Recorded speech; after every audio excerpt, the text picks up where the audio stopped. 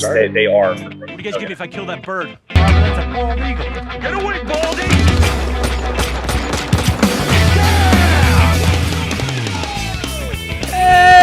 Oh, well, good evening, and good evening. This is The Wort with Mike, Pete, and Steve, GubsRadio.com. Tonight we are live on YouTube, live on the Facebook, and of course we'll be live on Instagram in just a little bit. We have lots of guests in the studio. We have guests via remote. We're going to get to them in just a moment. Before we start that, we got both Pete and Steve to do reads tonight, which means less for me to read tonight.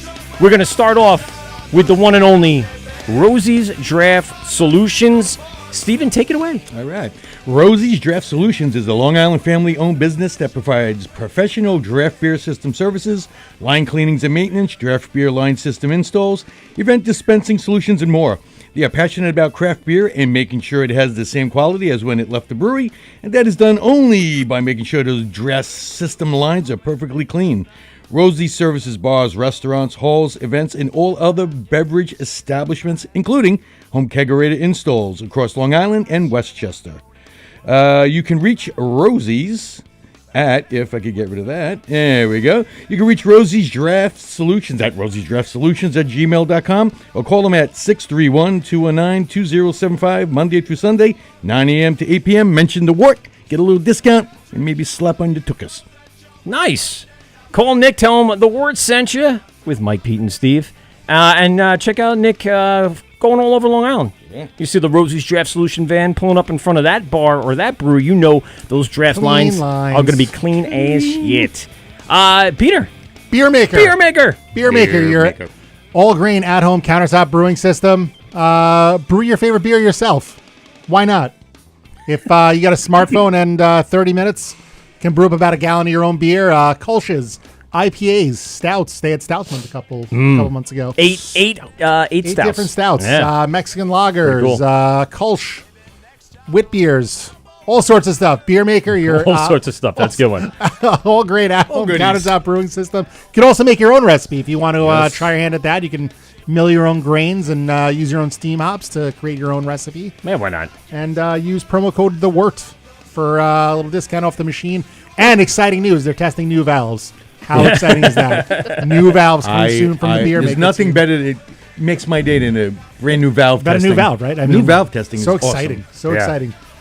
So go over to Beer Maker or go to our Instagram, and in our profile or in our bio, there's a Linktree little link there, and you can go ahead and go over to our Beer Maker link and type in the Wort for your discount today. We're also sponsored today by the one and only Brew Bag. Brew Bag for your beer pong cornhole. Get your brew bag out in the nice warm weather. Maybe not so much today up here in New York, but yeah, very soon we're going to have that nice weather. You're going to get out there, have a beer in your hand, throw some bags around, go to brewbag.com, or again, go to our Instagram, check out our bio or Linktree, right to our own private discounted page. Go to brewbag.com for yours. We're also sponsored today by VintageBeerShirtClub.com, VintageBeerShirtClub.com for your vintage beer shirt monthly subscription. Type in the Wort and get your percentage off of your monthly order. Cool t-shirts, colors, old school beer logos, fun to have and play around with. So go to VintageBeerShirtClub.com. Also Physics for your at-home tap dispensary for your 12-ounce, 16-ounce, 750 milliliter. You could probably go up to a crowler on a 32. And you do all sorts of stuff. So you get beer right out of the spout, right there. Go to physics.com, 20% off your order using our promo code THEWORT. And quick shout-outs to our friends over at Hopscotch. Hopscotch Bash, yep, coming at you. Got a big live show coming up May 15th in Patchogue, the Burgerology beer extravaganza, and Hopscotch is on the board. Yes, which is signed on. I don't know what they're going to be serving. They don't brew beer, but pretzels, grilled cheese. Grilled cheese. Bro, if they bring those goddamn grilled cheeses again, bastards. Those the buffalo chicken one that Ryan brought in, it got me. It got me right here. Touched my heart. So good. Good. And the fried ravioli one. That was. You know what it is? I had pasta that night, so I didn't get to it. So I was more in the mood for the buffalo chicken. I feel like I'm always in the mood for buffalo chicken. It was delicious. So yeah, Hopscotch and what else is going on? We got some AC Beer Fest coming up June 4th and 5th. We'll be down there. Lots of stuff happening, but we have lots of stuff happening here tonight. In the studio, we have the Lady Brewsters. We have, let me just pop you up there. There's Sheila. There's Sarah. And over here to Steven's left is Michelle. Hello, ladies. How are you? Hi, how's it going, guys? Good evening. Good evening. Good evening. I'm going to try to get some level live. For the third time? Good evening. Yeah. It's our yearly time with our friends, the Lady Brewsters. That's right. And on remote, we have Justin and Billy from Seven Locks down in Rockland. Is it Rockland? No, Rockville. Rockville, Maryland. Oh, Yep. Are you guys there? Sorry, I just didn't make it make a mic. Yeah. Oh, there you go. All right, the mic check's well, you good. told them to be quiet, and they were doing a great job. They were doing a fucking excellent It job. was an excellent job. I had him on before, and I had to silence him for a moment because we were having technical difficulties to start the show, and we're getting into the point where I was like, all right, cool, get him in. And then I was like, are they there? Did I actually put them over? We've had that problem before, where we've had the Zoom Are person. we recording? We're recording and we're streaming. It's right there. See, there they are. Checking.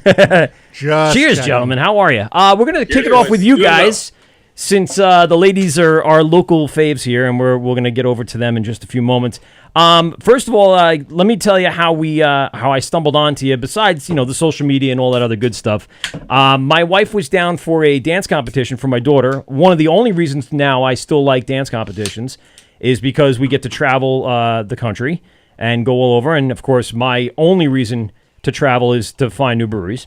I know you guys commented about Ouzel Finch on the thing. That's one we stumbled upon, just randomly driving around, and all of a sudden I'm like, is that a brewery in the middle of like a state park? And they're like, yep. I'm like, oh, okay, cool. And, we just try to expand our horizons here being in New York. I got some great feedback from my wife who traveled to the brewery, had a great time, had her pick up a few Glad to hear things. it. I was the one who took care of her that day. Oh, nice. There you go. And Yes.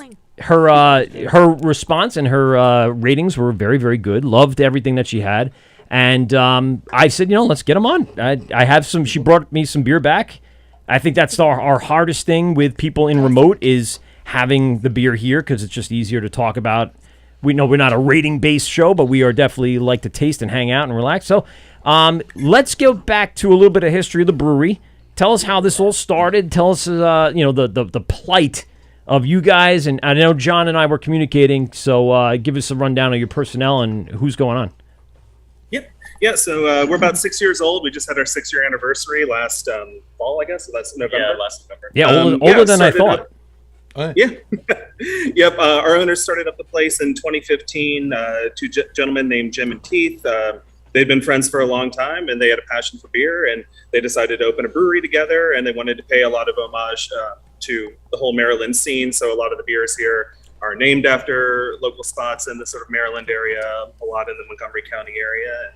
So yeah, been going strong for about 6 years here, and it's Just been making beer ever since. Pretty much.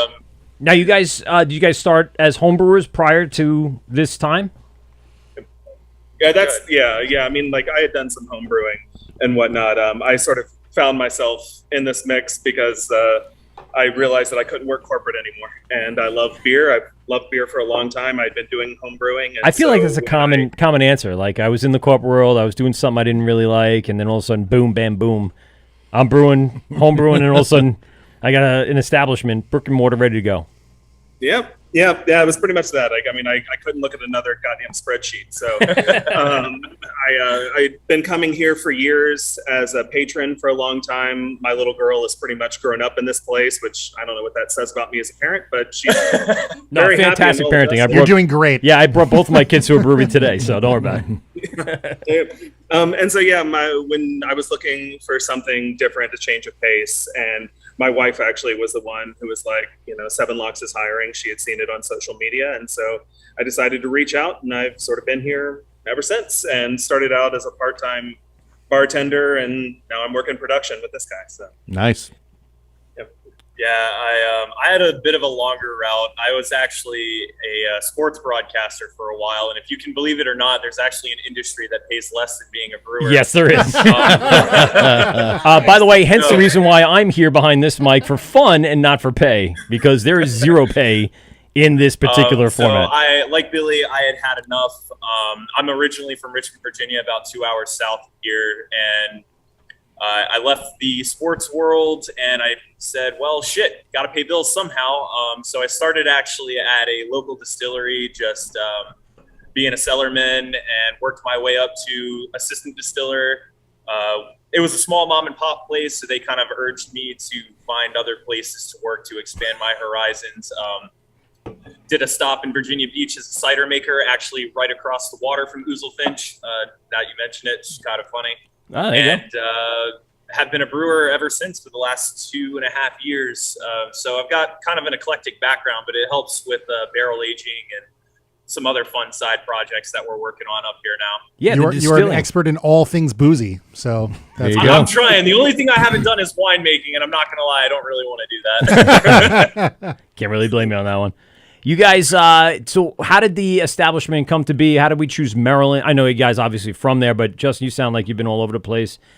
Billy's been all over the place. Where? I mean, obviously this was pre-existing before both you guys came there. How did they end up settling on their location and where it is today? So a lot of the location that they chose was they wanted to be in an area that had no breweries. So actually, we were the first place to have a tap room in Montgomery County, Maryland, due to some really strict beer laws that were in the state for a while that actually weren't repealed until Julie from Denison's Brewery right up the road had a lot to do with the legal side of everything. But they chose this location because they thought it would be centered. There's a lot of people to and from DC, the capital, and Frederick, and even up to Pennsylvania. So a lot of foot traffic, a lot of driving traffic. Just a nice central location, really. Now, tell us a little bit about Maryland, because we've become more familiar with New Jersey over the last few years, but we haven't. We talked to the guys over at Ouzelfinch about Virginia stuff. Give us a little breakdown on how the craft beer laws are compared to other states around you. What are the complaints and what are the benefits? Ooh, I think a big one would be the farm breweries that we talked about at the Brewers Association. Yeah, that was an interesting one. We were at the Maryland Craft Beer Awards last December, where we took 2 awards. Woohoo! Yeah. Nice. And one of the big talking points over the course of that was just the difficulties that farm breweries are running into with people trying to sort of change the laws and actually shut them down or force them to have been producing their own materials for long periods of time before they could actually open a tap room. Just all sorts of weird laws that they're trying to use to sort of affect that. So Really? I think that's a difficulty that people are running into in certain counties in the Maryland area. And what awards? What beers won awards there? Well, before we move on, we won bronze for our West Coast Devil's Alley IPA, and we won silver for our Billy Goat Session Trail Pale Ale. It's a mouthful, but yeah. I was going to say that. First Congrats. 2 awards of my career, and Billy and actually John just joined us. So that's awesome! Congrats. There he is. There he is. What's up, John? Good evening. How you doing, John? Hey guys, how's it Hello. going? John, thanks a lot. Would you have work tonight? Yeah, I did. What do you do? Are you doing something outside of the brewery? I missed that. What did you say? What do you say, John? Sorry, I didn't hear what you said. Oh, I said I'm doing a triple today. There you go. Okay. Yeah, he was working production keg cleaning earlier. Then he went to his second job, and now he's back here. Keep him It's busy. the way it goes for all of us. Yeah, everybody's got to have a side hustle, right? That's it. Yeah. So, what is the farm brewery license down in Maryland? Here, I imagine it means we have a farm brewery license in New York, but I imagine it means something different down in Maryland. It's very, very strict. So kind of like what Billy was saying earlier, not only do the laws make it very difficult, but you have to have been a farm for a specific amount of time that has a certain amount of output, whether it be grain or livestock. And then from there, you have to apply for essentially a permit to apply for a license for a brewery. Wow. And I think it also, much like everywhere in Maryland, it differs very drastically county to county. Yeah. Like, for instance, like here in Montgomery County, we can't sell beer in grocery stores. We can't, I mean, like, they have to go through. Just out of the tap room. It's patents, Yeah, right? You got to go to the Wow. patent. like, specifically beer shops. It's frustrating. And Jersey but, was like that that's- for a while. It was. Yeah, And yeah. then I mean, they fixed You it. can go So right next door into like other neighboring counties, and it's a completely different thing. So Weird. every county Wow. has its own differences. What is Frederick's Frederick, Maryland? Is that near where you? Is it in that county? So Frederick's in its own county, but it's like 20, 30 minutes up the road. Yeah, I went to school at Mount St. Mary's in Emmitsburg. Okay, I got And I remember something close to that back in the early 2000s where you had to, obviously there were the blue laws. We weren't selling on Sunday. That was a big deal. I remember having to stock up before a Sunday rolled around there. And I remember different things being very, very strange, just strange things that I don't quite recall the details. But yeah, I mean, that's definitely a different one. We have up here for the farm brewery, we have a license. Much more of an incentive. Yeah, they market it as an incentive as opposed to like a restriction. Yeah, there's still a lot of Puritan-based laws down here once you get below What a the Mason surprise. Dixon line. That's also a thing. So, like these farms, are they obligated basically to they're producing their own grain or they're producing their own material to then brew with down the road? Is that sort of the Not gist? entirely sure. So from what the only understanding that I really have of it is that they have to grow a certain percentage of what goes in their beers. Yeah, it's kind of like ours. Yeah. Sorta. Well, yeah. It has to come from New York, but it doesn't have to, You don't have to make it. You don't have to produce it. Yeah, thankfully. Yeah. But I will say that, like, You have a green having thumb, do you, the Sheila? small No, I town, don't. those farm breweries are pretty great for families and whatnot. We tend to make a lot of trips out to the farm breweries on weekends just because it's good beer and lots of space for the kids to run around and see animals and climb on tires. It'd be crazy. So, I mean, it's definitely nice. I'm glad that they're nearby. I just feel like they go through a lot more struggles than a lot of other places. Now, do the other laws, how restrictive are they for you personally in Montgomery?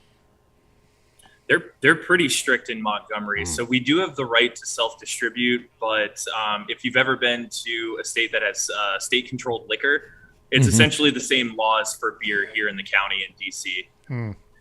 So it's kind of constricting in a way that the government's always got to get its cut and get its hand on it. But, Got to get a taste, especially when you're yeah, right around the gotta get a outside, taste. right around the outskirts of DC too. I mean, you guys are like what 10 minutes away from the border there?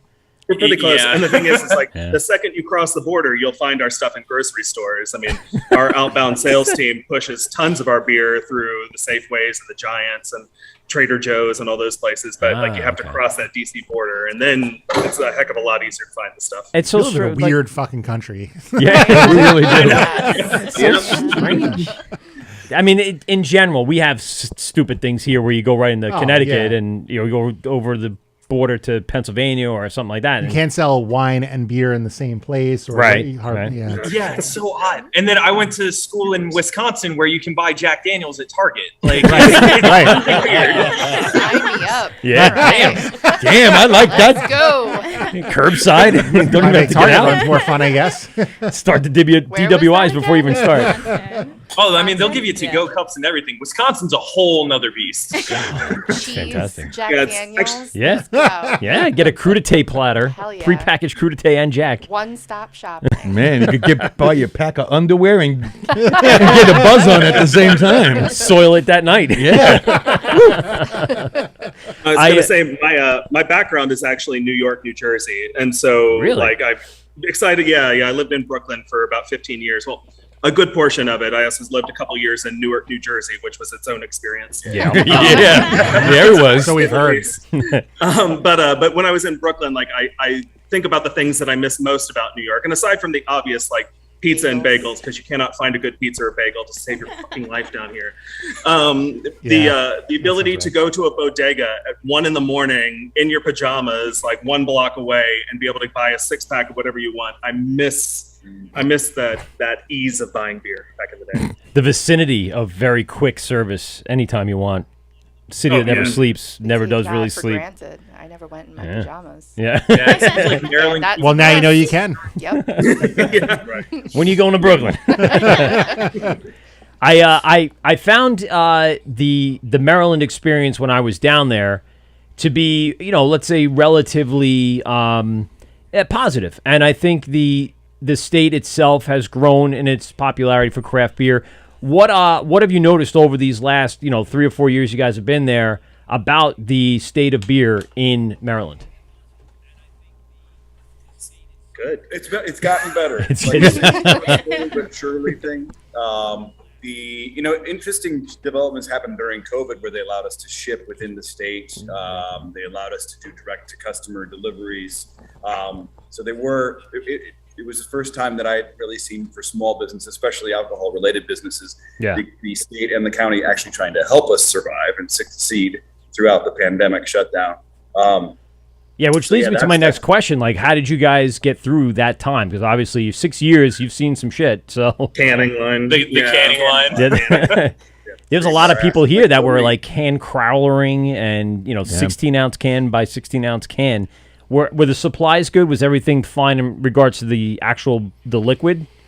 The liquid was fine. The cans themselves were scarce at a certain point. If you recall the ship that got stuck in the canal, about 70,000 of our cans were on that ship.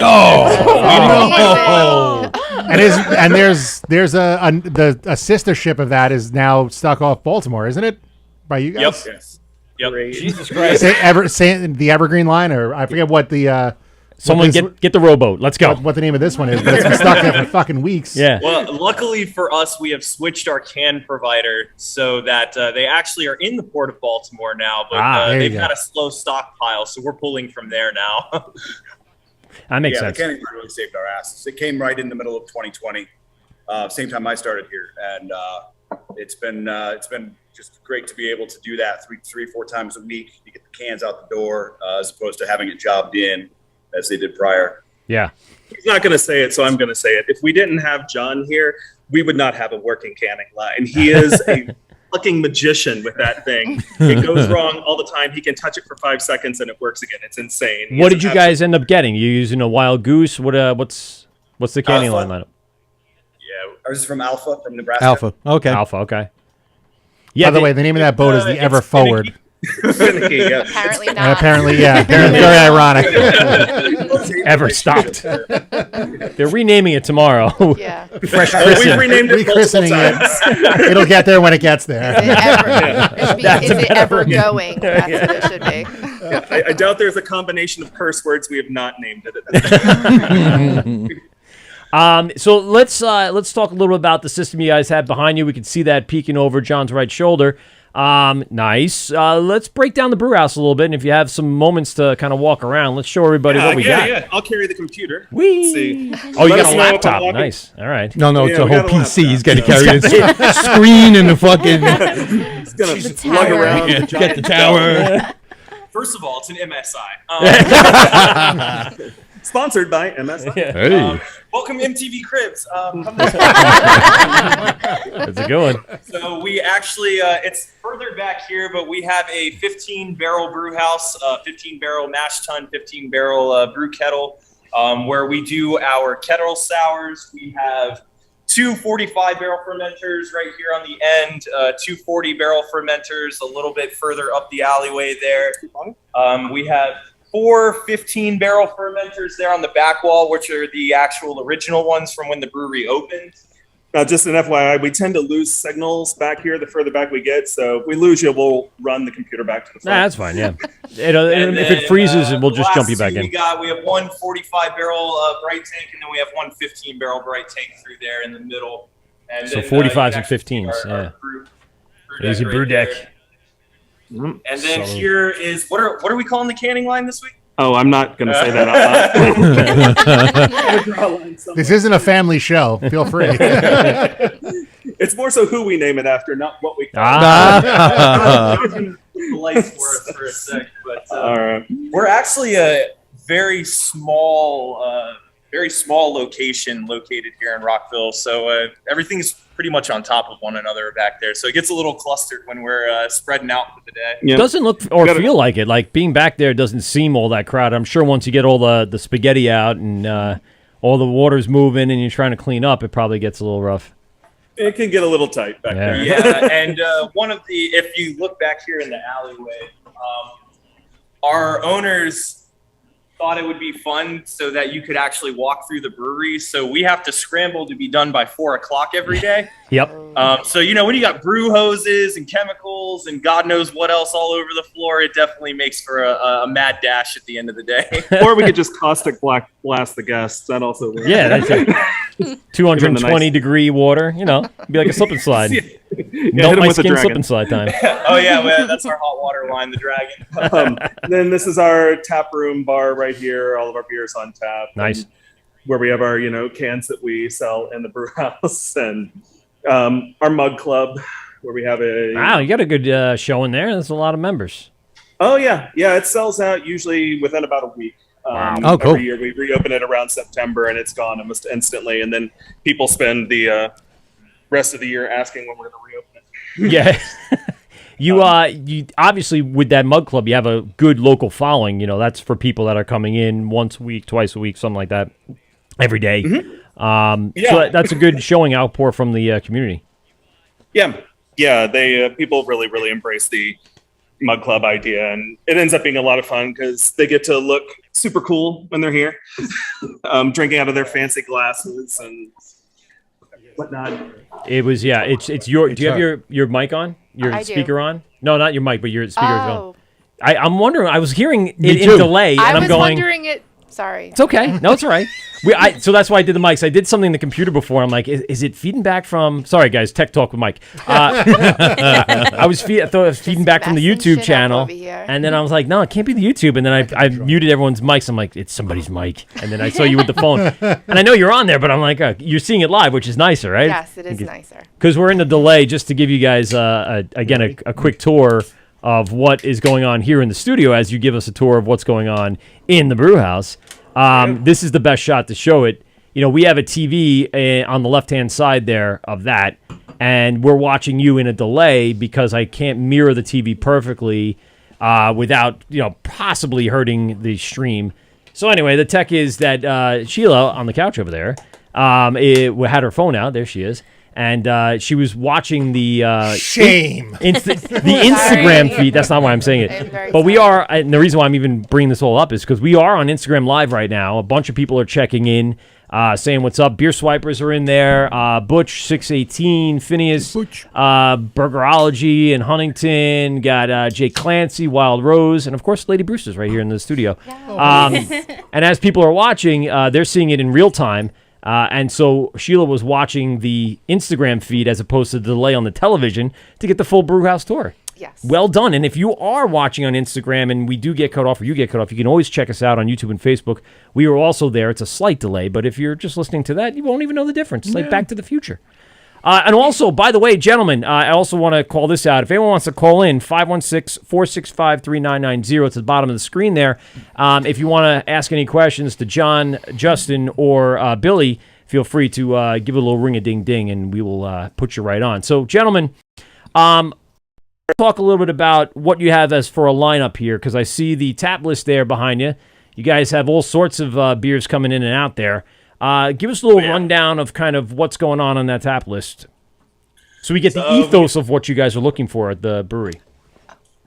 So we got a little bit of everything. We have our 4 core beers, which are Surrender IPA, which formerly known as Surrender Dorothy. We can get into that fun story later, our battle with Ted Turner on that one. I was thinking more of the song. Surrender. We can briefly talk about it. They're not going to listen. Yeah. Oh. Did you get a Well, your it's cease and not you desist? guys. They don't want to. They're not cool enough to watch this. We got Devil's Alley, our West Coast IPA, which we were kind of talking about earlier with the bronze medal that we won at the Maryland Craft Beer Cup. We also, for right now, for the spring, we have our Paint Branch Pilsner, which we actually did a local collaboration with a restaurant here called Hello Betty, that they made that their core Pilsner on tap. Nice. Cool. So that You know what? that was a lot of I fun. feel We like actually that's a invited common guests thread, to right? I dinner. mean, a lot of the restaurants want Pilsners on tap. It's it's an easy, like South Shore did one with Havati Kitchen or whatever. It was the same thing, right? It was Well, a now Haviland? also Haviland, sorry. I know Garvey's just did one with Elsie's Wing House. Oh, nice. So And it's a Pilsner? I'm not sure what it is. To go with the for the wings. It's a slam dunk right Probably there. Russian Imperial Stout. We do that. Garvey's, if I know them. It's a Grodzinski smoke beer. So that's an easy collaboration with someone in the local community, right? I mean, that makes a lot of sense for you guys and what you're doing. What else? What else do you got there outside of those? Then we just put a Scotch ale on Nitro, which yes, is please. really good. Nitro Scotch ale. Yes, please. Yeah, it's got a pretty good taste to it. Nice chocolate notes, good roasted barley notes to it. John actually has his new beer out, which is a big hit. We call it Uncle John's Honey Wit. We're actually going to can it for the first time in a few weeks, so that's a big taproom pleaser. And then we just put we have a rotating sour series called Bitch Monkey. That's named after the rapids here on the Potomac River. Yeah, we'll say that again, just in case you didn't hear. It's called Bitch Monkey. He's got a shirt to go with it. We He's got got a it. corresponding shirt. Amazing. They got merch ready for it. A little There's got to nickname. be a story around that name, Yeah. and we need to hear it. Oh yeah, John, take it. So we have the Potomac nearby, and there are a lot of kayakers who live in the area, and when they go down Team to the USA rapids. But yes, yeah. Team USA is here. Really? Oh. Yeah, they go down That's through, crazy. and the kayakers actually named this series of rapids because they are extra challenging. Bitch Okay. monkeys. So we sort of borrowed that from them. It's I don't know if you mentioned this already. So all of our beers, we're Maryland centric. So Yeah. our secondary theme is drink Maryland. So basically, we go through a process with each of our beers. Sometimes can be a little frustrating process, but everything's named after a landmark that is either in the state of Maryland or in DC occasionally. So for example, my first named beer, it was a few months after I started here, but I heard the production team calling the beer as it was coming through as a New England IPA. They were just calling it Jazzy as a nickname. So I looked up a local DC famous jazz club named Jazz Alley or Blues Alley and put that forth, did a little research, put that on our Slack, and from there everybody's kind of like, that's a great idea. So we did that, and it became a tribute actually because this legendary blues jazz club closed during COVID, unfortunately. So we had So our many good Blues Alley places. New England IPA, but then everything else has a story about a campground or hiking trail, or like we said with the Bitch Monkey. We would like to say it over and over again because people love to hear that. I want to know what the background of actually getting those It rapids goes over called a little Bitch less Monkey. well at farmers markets when the families are. Yeah. Mommy, I'll what's have Bitch Monkey? the sour. Yes, explaining that one to the 9-year-olds running around there is tricky.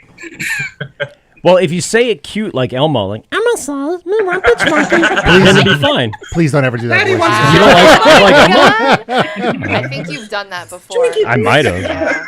I don't think I've ever done it live on the show. I'm a sauce. Oh, good Lord, that is- You know what? You know what's fucked up? I think I remember Please don't touch me. when we were at AC. You know what's funny? When we were at AC Beer Fest, and Yeah. I was sleeping. I thought I heard that at my door. Fuck! Now I know. To hold the knife a little tighter. I had that knife very tight. Just Grip just a little bit tighter. I thought what happened at AC Beer Fest stayed. Oh, well, Beer Fest maybe vibe. definitely for you guys. For us, we were in dire straits of worrying about our life Yes. and lives. Yeah. Oh, Yeah, yeah. we had that crack B&B. Right. Yeah, it was awesome. We got so much better of a place this year. Murder Hotel. Oh my god, my God, it's it so much was- better than we had last year. We're in a nice beach town, it feels like Long Beach down here in New York. So, But I'm Like going a to tell you nice what. beach or a beach where you find syringes. no. Well, we're not going to the beach. We're going back But to AC. again, I Yeah. will reiterate: if Yeah. I hear that fucking voice at my door in the middle of the All night, right. Steven. Steven says. shit. All right. Well, Well, I'll save that for a special Well, moment. Oh, I guess Lord. Mike's going alone. Right. Thomas knows I can already do it, so I'll drive with Thomas. He likes it because No, We Thomas. actually have another beer that we're getting ready to release as well. It's a watermelon rosemary goza that we're actually doing with a brewery in Hyattsville. They're called Streetcar 82. They're the only deaf brewery in the state of Maryland. We actually met Mark, their owner, at the Craft Did Maryland. you say deaf beer brewery? Oh, Yep, deaf. all deaf. They're All deaf deaf. owned, deaf operated. Holy shit. Completely deaf brewery. Oh, okay. I read thought it was like a an metal article thing. about them Yeah. recently. I was No, like, no, oh, no, it's no, metal not, music not centric. deaf. No, deaf. Got it. Got it. Deaf Hearing. hearing Yeah. impaired. Got it. Hearing Got it. impaired. There you go. I'm They're thinking largely, impaired, so it took me a little while to get there. University, which is a deaf and hard of hearing university just in DC. Wow. So, this is So right we outside played DC. the blind softball. This was interesting. 2 years ago in Farmingdale. They have Oh, a Beepable. It was, yeah, exactly. So it's a beeper ball, and you have to run to a beeper at first base. Yep. And then they keep track, and I think there's also third base. I think it might be a beeper at each one. But you realize, how much of the senses that they like when you lose your hearing, your other senses crank up a little bit. They beat us. They destroyed us. We also wore blindfolds just to make it even, right? We had to, well, but we weren't used to those senses. Yeah, no shit. I'm gonna imagine at their brewery, there's got to be something there for them to kind of recognize this kind of stuff, right? Do they have like a timer or something? There's got to be something there that allows More them to lights? do. Yeah, no, well, even that. Honestly, I think Mark really just pays attention to the vibrations of everything going on. That's what I'm saying. Yeah, that's why. Like if you had some sort of, like a badge or even your watch. Like today, technology is ridiculous. Well, you can do everything through it automated. I know you guys know. Automated, not automated. I know you guys understand when you're in the brewery and there's that all of a sudden is a different sound and you're like, what the fuck is that? That doesn't sound right. Why? That's a new noise. That's Billy, a new Billy noise. likes to make fun of me. I will absolutely tease him because he can be anywhere in this brewery. He can be outside the brewery on the loading dock, and there can be the smallest fucking sound, and he will go running like a bat out. What's wrong? I sense a disturbance in the force. Absolutely amazing. It's a superpower. Yeah, well, I'm guessing so for them, it's a different vibration. They're probably like, oh, what the fuck? Or it's a sense because But in the end, please don't tell my girlfriend that I have that kind of hearing because I don't want her to know. all right. I hope she's not watching on the Instagram right now. She'll watch it later. I'll be in the doghouse. Yeah. There. It's fine. Wait, you hear everything? I told you 5 apples. You brought 3. You didn't hear me? You said you didn't hear more like the bagels, beep on the dryer to take the clothes out. You fucking liar. No, that's pretty amazing. So you did it was a collab with them? With the brewery that for the hearing impaired? Yes, so it's collab. Okay, good. Oh, yeah. So Sorry, I'm standing near the speaker so I can relay what I hear. Oh. It's very loud in here. we met Mark at the Craft Beer Awards, and him and Billy and I kind of hit it off, and we really enjoyed drinking his beer. He's a fantastic brewer. Like their brewery is a small little 3-barrel system, and man, they are absolutely killing it. It's exceptional. Like it's some of the best beer I've tasted in Maryland. What's the name of it again? Streetcar 82. 82, huh? Highly recommend you get in touch with Mark. Their barrel-aged Irish red ale is probably one of the best beers I've ever had. In my top 5 beers of all time. Wow. Kind of like King Celtic? I knew that was Yeah, coming. you do. So And when is that coming back? Yeah. We'll get to that later. We'll get to that later. Sheila works for Long Island Brewing Company in Riverhead, Long Island, and they do a terrific. It wasn't barrel though, but it was Imperial Red, Right. and it is delicious. One of our favorites from them. So whenever that comes up, whenever we hear high-end red IPA or red anything, we're like, yep. When's that coming out? Yeah, I don't blame you. It's a fantastic beer that he makes, and I just approached him after the meeting with Billy and said, "Hey, we really enjoyed meeting you. We really like your beer. Like, if you'd like to get together, we'd love to work with you." And one day I got a random email, and he's like, "Hey, Justin, it's Mark from Streetcar. Let's do a beer. Here's the yeast I want to use. Here's the recipe." And I was like, "Oh, holy shit! Okay, Get on it." Do you guys let's do it? Yeah. did you why brew not? there or did you brew with you? Sorry, what was the question? Did you Say again? brew, Sorry. Did you guys brew with them or did you brew at your place? So we're brewing it at our place. I'm sorry, I'll pop back in. That's all right. Sorry, it's very hard to hear. It's a terrible computer. Is it the brewing system in the background making so much noise? It's going to happen on location here. The recipe Justin and Mark are developing together, and then it's going to be brewed here. Mark's going to come over here and work with us on it, and then it's just 50-50 down the middle, and gets our name with their customers and their name with our customers. Yes, and they do. Yeah, that's the point of the collabs, right? Yeah. I mean, it's just to get cross promotion between the two. How far away are they from you? They're probably about 30, 35 minutes. Oh, good. Yeah, so it's enough. Up the Beltway, not too far away. Ah, the Beltway. It's like our LIE. Just a shitstorm. Just a big piece of shit that never moves. Just Show every My- day. my- yeah, it's nonstop traffic. yeah, pretty much. I remember the one thing that stands out to me is I think it's a mosque with the big blue roof. Oh, On the right by, it's right before you get to DC. It's on our way. It's right on 495. Is it this right here? Are you talking about the Mormon Temple? Look at the Oh, is that surrender what that's can. after? But it's not blue. Oh, you're talking about the Mormon Talking Temple. about the Mormon Oh, Temple. it's a Mormon. I thought it was a mosque. Nah, Not it's that, it's but I the thought Mormon what I was Temple. seeing was a mosque. It had like the No, rounded if you're top. not Mormon. Except Ah. We're going to open it up for like a month for special occasions. You can buy tickets for it now. Mormon Temple. I had no idea. But yeah, that's the source of our whole name change for Surrender. Was, putting that on the label. So surrender. We have no Mormons here tonight, right? No one's Mormon. No. Good, perfect. So, Not that I know of. how many people have seen Book of Mormon? I don't think so. Oh my God. Great. Yeah, not a big Love it. Mormon. Great Not music. allowed to drink. Well, we have a big Mormon population, not currently in the room, but Right. Yeah. Oh, good. Good. Well, I thought they weren't allowed to drink. Are they alled to drink? they're not allowed to drink. That's the thing. Huh. Well, that really hurts your base. Them. The story, short story version basically is that it looked. We went to get the copyright, and it looked a wee bit too much like the movie The Wizard of Oz. Mm-hmm. So that's what we were doing because back in the day, it started in the late 70s. There's a train bridge that you see, like you see in the picture there, right as you're going westbound on 495, the Beltway. Yep. With the temple in the background, and somebody started spray painting "Surrender Dorothy" across it, like the Wicked Witch, Yep. painted That's in the amazing. sky at the end of the movie. So we took that and ran with it, and it's been our flagship for years. Went to get the trademark for it, and the company that owns the rights to that particular movie said, no, not only can you not have the rights to that, you also have to get rid of the yellow brick road, Yep. and you have to get rid of the word Dorothy. And so what you see on the can now is our Surrender Rye IPA, which still acknowledges that people are concerned about the religious connotations with regard to the temple and the word surrender now. Of course, Yeah. it's a whole new, like, what are you asking me to do? But it is Serenity now, Jerry. Surrender to the beer. Yeah. But it's still our flagship. It's very popular regionally. People absolutely love it. Yeah, not too many people are doing a rye IPA. Rye IPA. I do. I love them. So let's break some of that down, because in-house today we have Shattered Glass. We have the rye IPA. We're in the midst of drinking Shattered Glass. We had rye IPA to start off the show.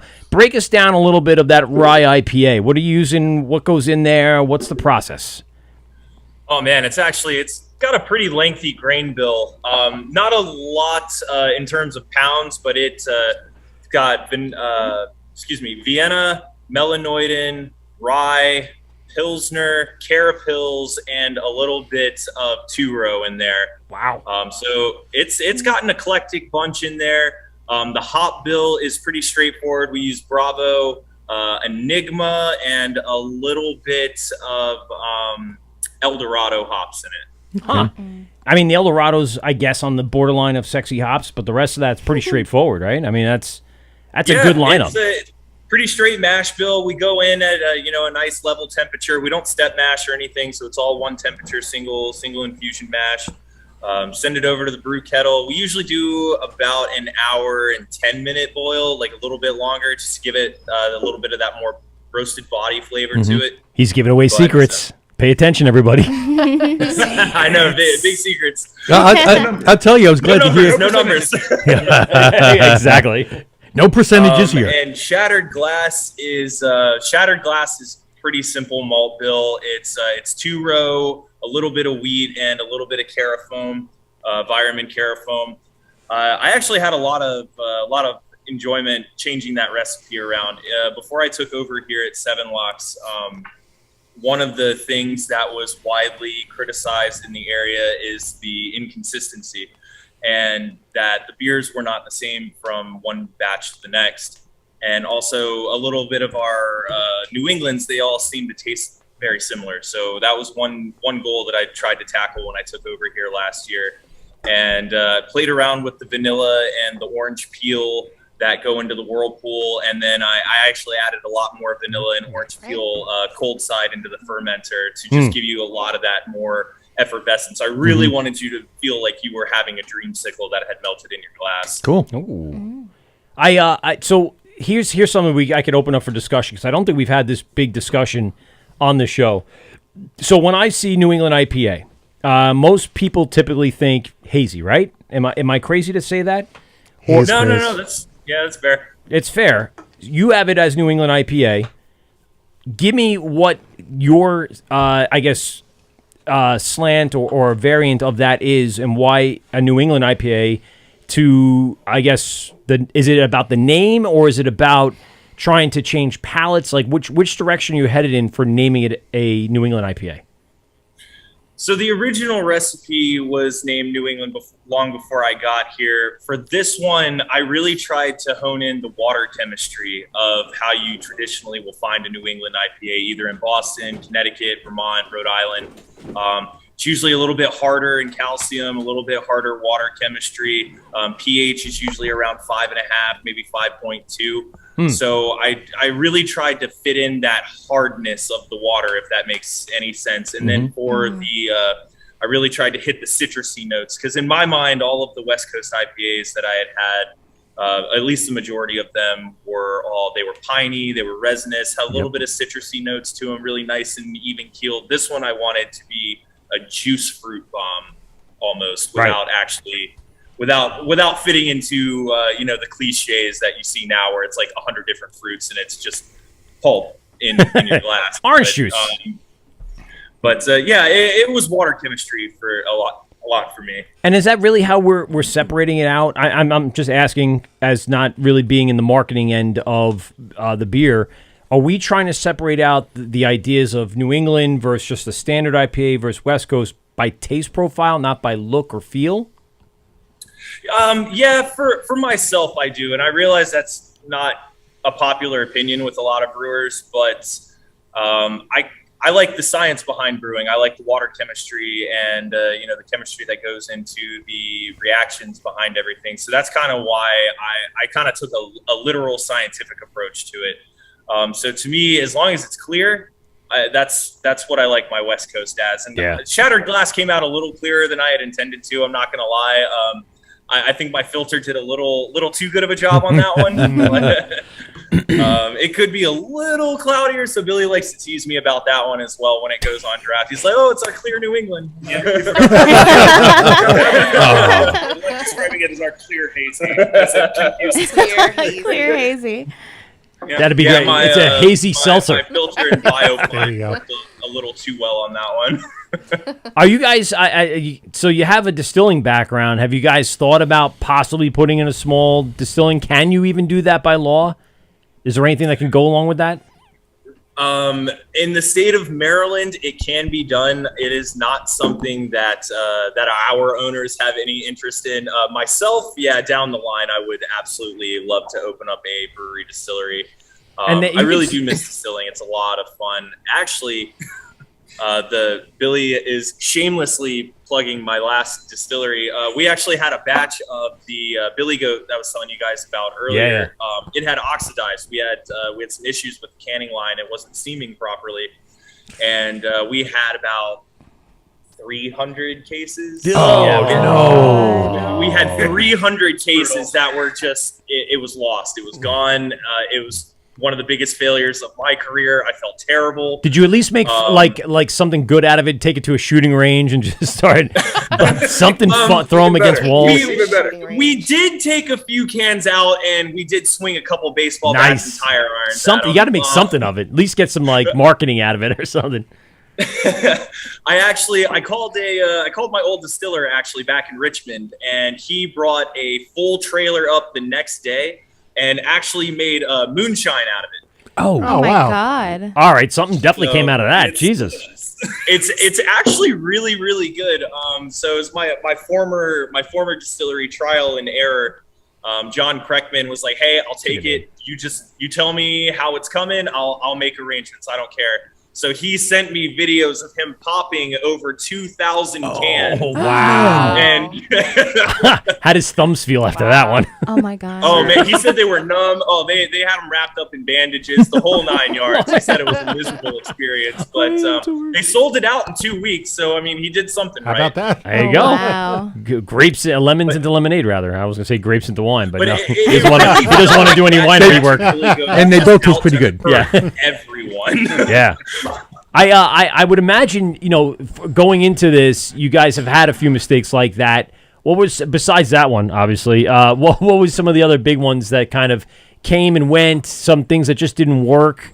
What were some of those mishaps that maybe you had turned into something beautiful? Okay, yeah. I'll tell the story. Yeah. Everyone's got one. It was just early on in my brewing career here. So it was probably my fourth or fifth solo brew, and I was working on Surrender. Must have been for the first time or so, because at that point in the grain room, every bag went into the mill. That was my understanding. And then apparently Justin told me, 50 pounds of this bag of the roasted barley, the dark stuff, of this, this 30-pound bag that I'm handing you, just put 3 pounds. Oh, sorry. That's only one of them. It's fine. Anyway, somebody decided to throw the whole bag in, so we had, of course, basically a black IPA.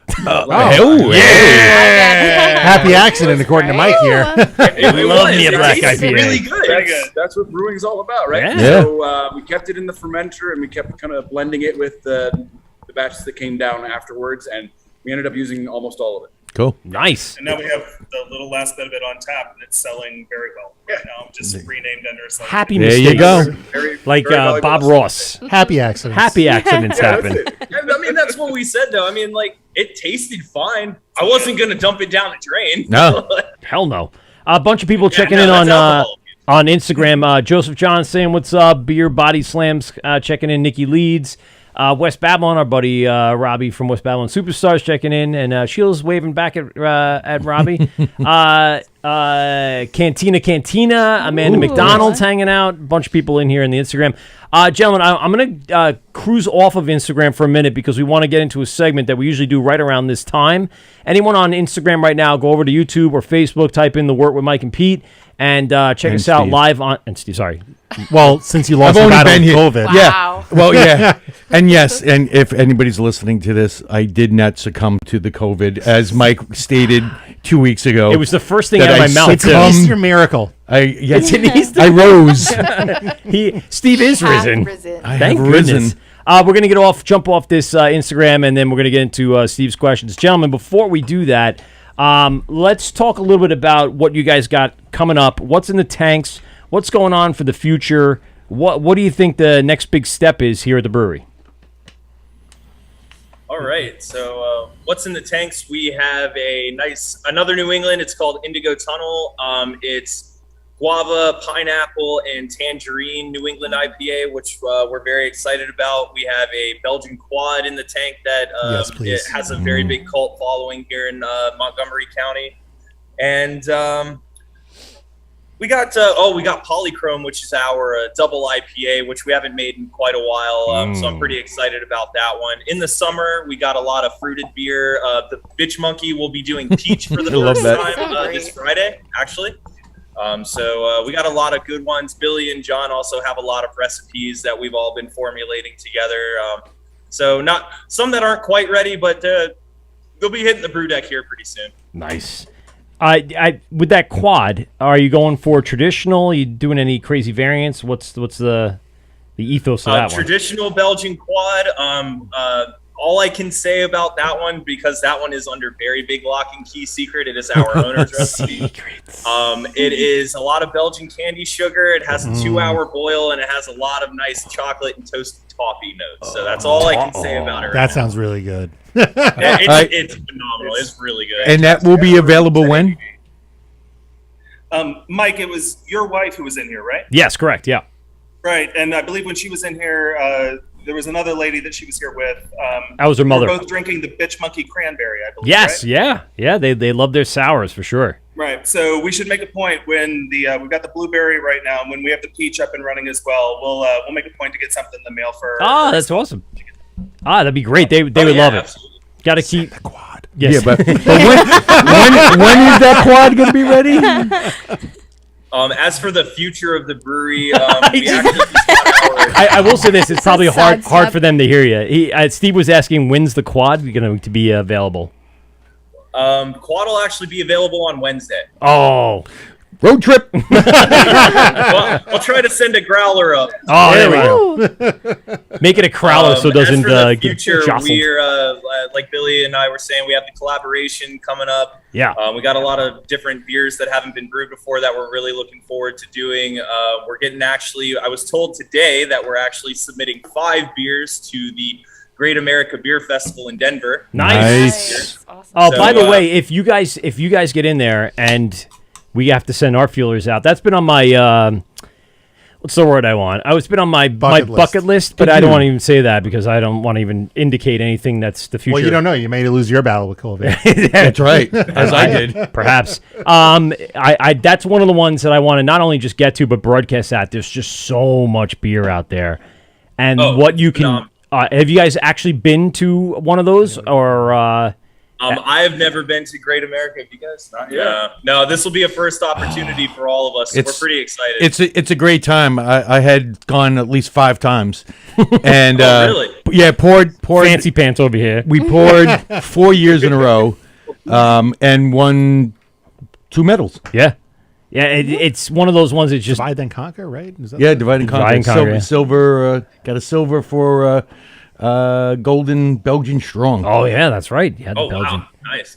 The what are you thinking about entering into that?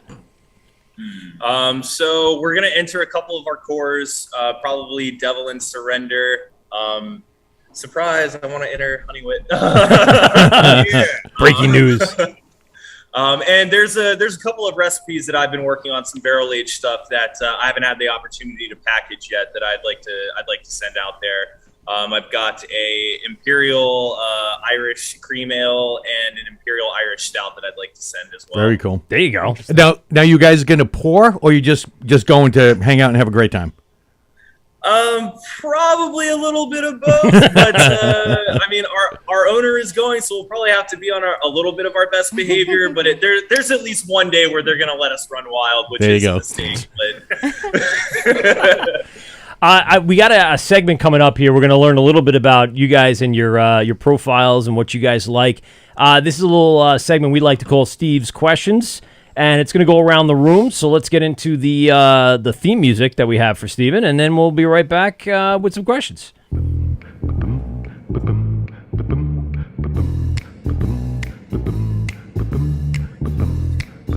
Hey, you cool hep cats. Tonight, we bring you a very special presentation. 3 questions with our very own Steve Pominski. Yeah. Steve's Questions. 3 questions from Steve. 3 questions. Steve's Questions. Go. You got to have it. Got to do it. Steven, let's get those questions out. We're going to ask you for everyone that we have both in the room and remote tonight. Why don't you explain a little bit how this works? All right. I'm going to ask 3 questions, one at a time. Just try to be honest. You don't have to. Nobody gets judged about anything. You could say whatever you would like. And these are just, just to see where you guys have been from and your experience with beer. The first question, and we'll start with the guys down in Maryland. What was that one beer, that first beer that you had that turned you on to craft beer, where you said, what is going on here? I need to find out more about craft beer. What was that one? For me, that was a beer called Falcon Smash, and it's by a brewery in Richmond, Virginia called Triple Crossing. It is almost gained such a following that it's like the city's beer, the city's craft beer. It was that one, and Stone's production facility is actually in Richmond as well, and I've been going to their tap room since I was 16 with my parents, and just having a number of their beers definitely made me want to get into the industry for sure. Nice. For me, I mean, I grew up in Virginia, and my family had a tendency to drink a lot of really terrible shit beer. And so I was very, very happy with my terrible shit beer for a long period of time. But when I was living in Brooklyn, I got into a bad car situation, and my car got taken apart. It took weeks and weeks and weeks, and it was right by the other half location, right down there near the McDonald's. Someone was it makes sense to spoiled. me. And so I would just go there and hang out there for hours and hours and hours while they were taking apart and putting my car back together over and over and over again, and fell madly in love with that place and kind of stopped drinking shit beer after that. Yeah. Nice. I don't think you'd ever drink anything else besides that again. That's going to be your go-to. What was your favorite from them? Yeah. Yeah. Sure. What was And then your for me, I favorite was, from them? I've come out from Chicago, moved here from Chicago 20 years ago. Used to hang out at the Goose Island, the actual Goose Island Brewery. Oh, the real one. Eventually got bought up by, InBev. Yep. And that's where I not only fell in love with craft beer, but decided that I wanted to start making it myself at home. And so I've been home brewing for the last 23 years now. And that gave me, of course, the background and experience to step in here a couple of years ago. Nice. Let's come to the ladies. Start with you, Michelle. I'm probably gonna have to say Nugget Nectar. Oh, Yeah. Oh, yeah. Right on. Love the Trogs. Yeah, I hated beer for a long time. And then I don't know, something about Nugget Nectar. Yeah. Yeah. Well, it being delicious. Yes, That absolutely. one. Yes, That one. definitely. Nice. Yeah. That is a good one. Sarah, go ahead. Yeah. So Wait, did I say? They're like an hour away. I will be honest. Not in the craft beer industry. I've been a bartender for a very long time, and I do some different work. But I'm not gonna lie, I don't have like a specific beer that was like, ooh, this is the one. But definitely through just bartending, working with folks, people that would come in and bring different stuff for us to try. The years of drinking shit beer when I was younger, definitely was like, yeah, craft beer is definitely more for me. I can't really think of anything too specific. Long Island. Yeah. well, it's funny. Sheila has for many years has been my regular and would be like, try this one, whatever was on tap that we had, because we would have Long Island, would have Montauk, a couple different ones. But so really my regulars would, kind of guide me on like what's good, what to try. Did you ever call her Padawan? I will guide you, young Padawan. Well, That's a good one. You know what's funny though is that I have known her for years in a bar setting, Yeah. but I was not there in a drinking Yeah. mode. I was there because Socializing. my you my were working. business, Yep. my paddleboarding business, is located where her bar is located. I gotcha. Yeah, so I knew her for many years, and when I'm working with my business, like I'm not in drinking mode. Yeah. So it would be like one for me, like whatever you Yeah. have on tap, and it's a small tap list. Yeah. So you don't have a lot to choose from, but they have gotten more craft beer over the Yeah. years, which is nice. Yeah. What is it recently? For me? Yeah. Well, recently, we went out east this past weekend, and we tried, of course, Give Me a Smile, and then we went over to Uber Geek, and they had some really awesome beers on tap. My husband got, oh my gosh, I don't even know, it's like the space one. Oh, Space Age. Yeah, he Space- got that. We tried that. That was really, really good. That's one of his cores now, right? Yeah. Space Age Time, Stone Age Stone Mind. Age. Yeah, That's a good one. So that was really good. One of my other friends tried something else. So we kind of just were, testing out. Still exploring. Yeah. But it's been fun so far. So. Just wait till the harder questions come. Oh, yeah. Right? Sheila. This is a hard one for me because I feel like I was exposed to so many great beers in such a small amount of time, because it was like, Blue Point definitely made a big impression on me when I was younger. All of a sudden, I grew up with my father drinking Bud. Yeah. That was his go-to for my entire life. So I thought that was basically all there was to beer. And then... Thanks, Dad. Yeah, right. And there's nothing wrong with that. Like I have no shame in opening a can of Bud, once every 6 months. Got to have a heavy every so much. Yeah, but then, Blue Point was there, and I had their toasted lager, and I was like, oh, like it can actually have more flavor. This is interesting. Okay. And then that's back when the tasting room was this big, Yep. and you could drink as much as you Yep. wanted. Tiny dive bar. Yeah. Yeah. And then I had their blueberry Yeah. ale, and that was like, whoa, this is totally, there's something here so much bigger. And then all day IPA, I had that, and I was like, okay, like I can get into IPAs also. And then it was just an explosion from there. I remember their lineup was Toxic Sludge, Yeah, Lager, Toxic Blueberry, and then the Old other Howling one. Bastard. Hoptical. Hoptical. Howling Hoptical. Bastard Yeah. was a brutal Those were the one. four cores that came out Yeah. to start. Yeah. Ridiculous. I didn't like, when I was younger, I really, really didn't like IPAs, but Optical Illusion. For Yeah. some reason, So good, always. It was always the go-to at that Yeah. point. And now it's different. Now they changed the Yes. recipe. Yeah, Now yeah, it's they did. totally I different. know. Yeah. All right, so now question number 2. All right, guys, what is your favorite style as of right now? Favorite stuff. Mm. Oh, I'm a hophead. So if it's an IPA, I'm there. I've been enjoying milkshake IPAs. I've been enjoying the hazies and the juicies. So I'm just a huge fan of what people are coming up with, which is kind of fun. Yeah. Although I do see, I feel like I see a resurgence of the West Coast, the original recipe coming back in a lot of breweries. I know ours is very popular. We sell a lot of our Devil's Alley, and that's, for me in particular, that's my favorite beer that we have on tap all the time here.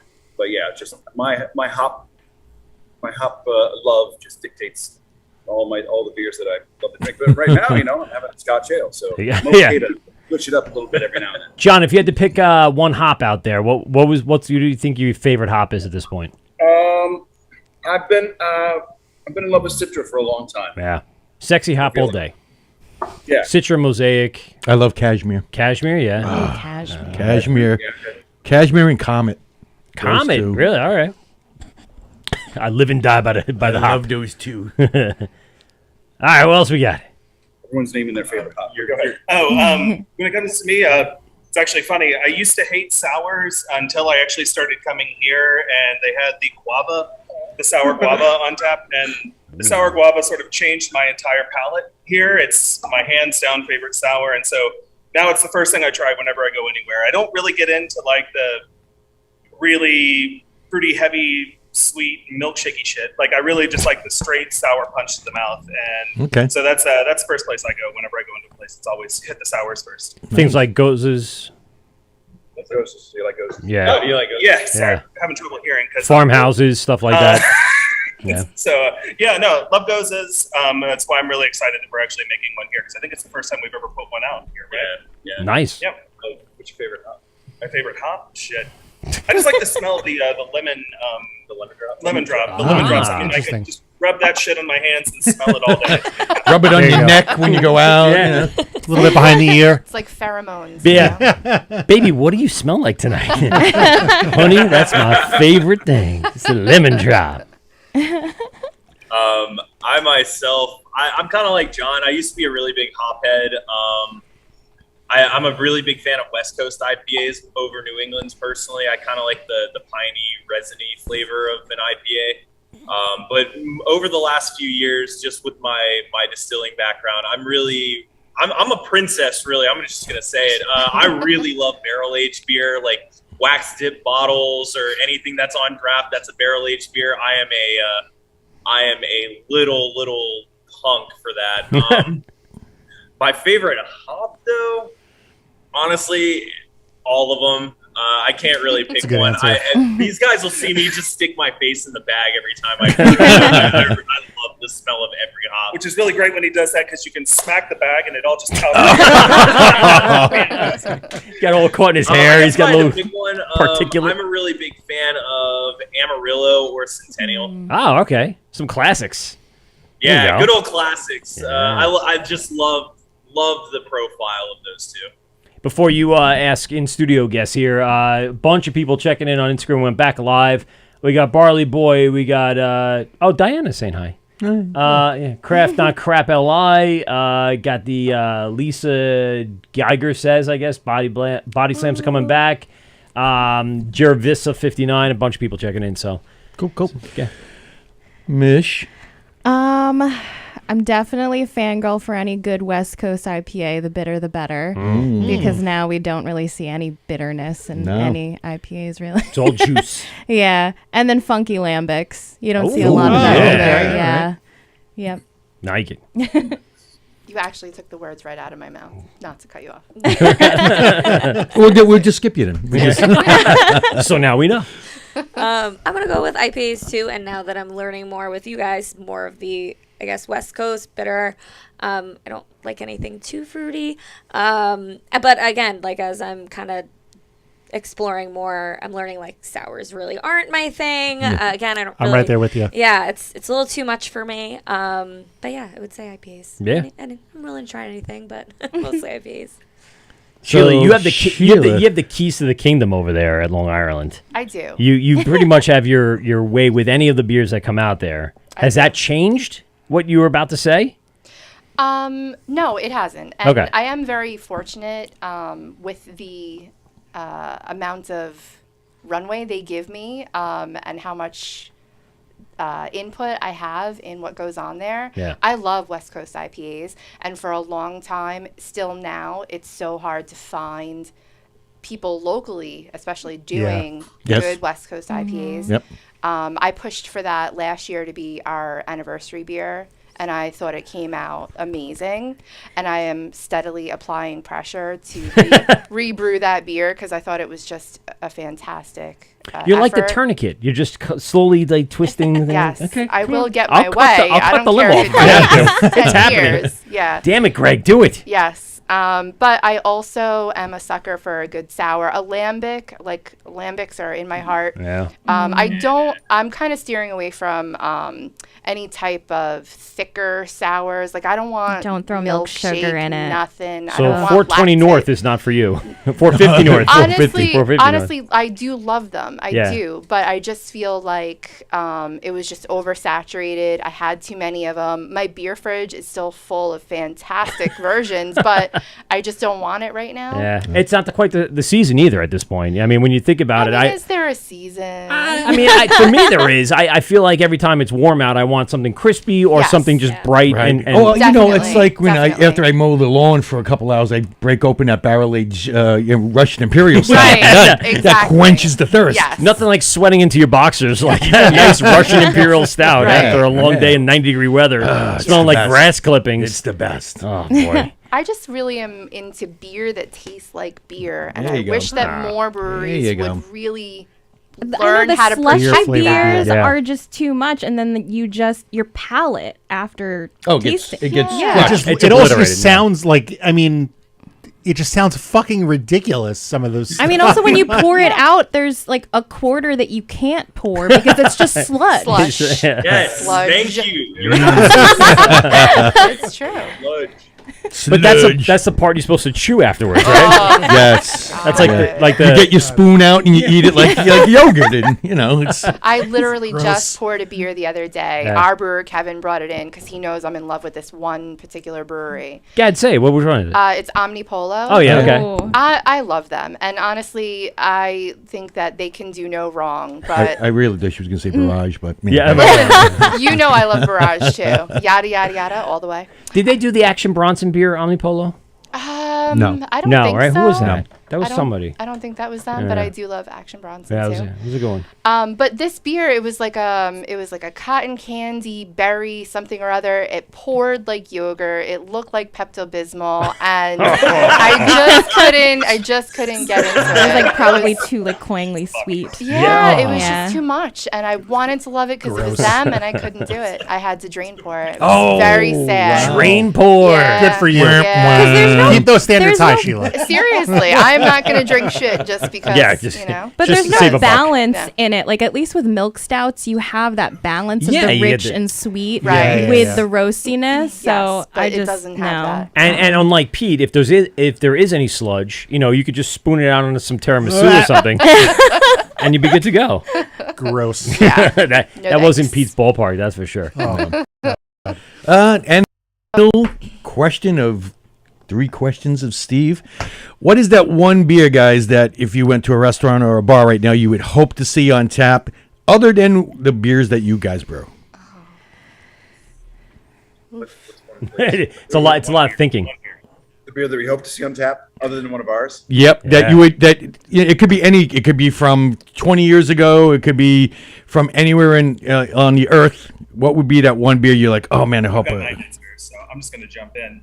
I am basic as fuck, and if I see pumpkin What did you say? I every time I see the pumpkin on tap, my heart jumps. Southern Tier. Southern Tier's wow. pumpkin. Yep. That is I very love a basic. pumpkin beer. Yeah. I will always have a pumpkin beer. And if I see that one, I will run towards it. That's awesome. Run Basic towards as it. fuck. I like that you own it. Yeah, that would be Now, hands down. do you like the rimmed or unrimmed? Oh, How are they gonna? rimmed all the way. All right, there you go, buddy. Nice looking Way to own up to that. I love it. Now, are you wearing a flannel in the meantime? Got to have a flannel on. Got to have some boots on. I'm a lumberjack, and I'm. There you go. Well, there you go. You owned it. I love it. Go ahead, buddy. Actually, mine's gonna be KBS out of Founders Sure. Yeah. at barrel aged stout. When I see that, I jump for joy. Do you KBS or would you even take a CBS? I think it's K. Well, There's both. There's both. Oh no, KBS. I'm thinking. Yeah. KBS. Right. CBS. You gotta say it like a broadcaster. CBS. CBS. Stands for Can't Broadcast Sports. Is that right? Yes. Yeah. Exactly. I think mine, just because of the experiences I was having in my life, I was having such a good time playing college hockey. New Glarus is Spotted Cow. Oh yes. That feel is like I one of remember my that. all-time favorite beers. It just sucks that it's only a regional beer and I can't get it Yep. anywhere else. But Yep. I would absolutely, if I saw anything from New Glarus, I would absolutely get that. Yes. I'm a fan of New Glarus. Like you said, you can only get it there. You're not getting it anywhere else. You only got to be in the confines of. Oh, geez, where in Wisconsin even are they? They're in BFE. Is it New Glarus, Wisconsin? Yeah. Is it? I think it don't know. is. Yeah. I mean, there's like 4 towns in Wisconsin anyway. Population Well, you got 77. Eau Claire, Madison, and Green Bay, and Milwaukee, like, And New Glarus. And New Glarus. and New Glarus. It's a quick drop off after the top 3. There you go. It goes Yeah, right there. it nosedives pretty quick, but Yeah. they got a solid beer scene. They make beer in Milwaukee. Yeah. I heard they have the best beer, Oh. and sometimes it's light. Michelle. This is a hard one. Yeah. I'm probably gonna go either with. I mean, I don't brew it, but but it's from where I work, North Forks Pierce the Ale, which is a West Coast IPA. Or That is an excellent one. Yes, That is it's excellent. a phenomenal. It's one of the flagships. Or Dealing with Dissonance from Uber Geek, which is a dark sour with ginger and tamarind. I had that one. Yeah. I liked I'm it. sorry? There was a little bit of the tamarind for me. I'm not a huge tamarind fan, but it was subtle enough. But I wish it just didn't have the tamarind. The rest of it was brilliant. See, I just I love drinking dark sours with sushi. Yeah. Oh. Like I just love drinking and then eating sushi with it, and just like the umami flavor comes through. Okay. Yeah. I I can see that. just every single time. Wait, who makes that beer? Uber Geek in Riverhead on Long Island. It's with I think Okay. lime, That ginger, sounded and amazing. tamarind. We're all Oh, three, it's like, trying to phenomenal. Yeah. Yeah, he's got some wild science going on out there that he just concocts. Oh yeah, and he's it's- done sours with like blue spirulina. Yeah.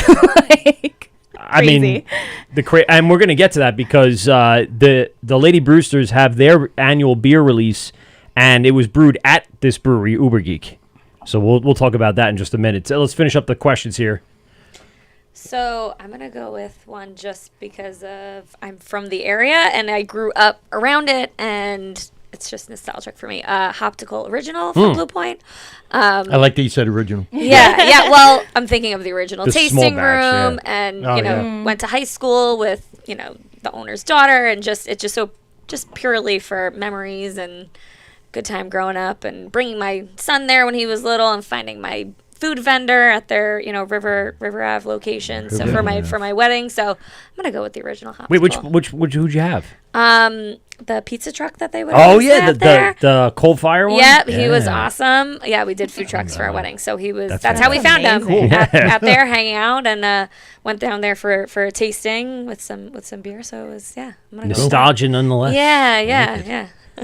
Go ahead, Sheila. What do you got? Oh God, this is so hard. For me to choose a favorite is impossible. But I think based on a lot of sentimental stuff, and also because it is fantastic, I would say Pliny, Russian River. Oh. Like I could drink that all day, every day. Honestly, I just love that It's beer. so good. I at least once a week, I say to myself, you know what? I'm getting in the car and I'm driving to fucking Monk's Cafe over in Philly just to get a Pliny. Okay, so you understand where I'm coming from. Man. And honestly, like that was kind of one of those white whale beers for me where I had a hard time even finding it Oh, to yeah. begin Oh, with. yeah. Yep. And I was very fortunate the first time around that I have family in California that lives not far, and they made the hike over there. They sent me like Yep. a care package of beer, Aw. and it was incredible. Nice. And then it was like, okay, where can I find this again? So, Yeah. My wife, You got the hook in me. Yeah. My wife every so often will do that for my birthday.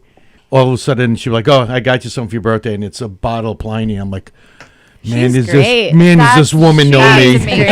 That's amazing. Man, does she know me?" Yeah. Touches my heart. I'm Right. telling you. Yes.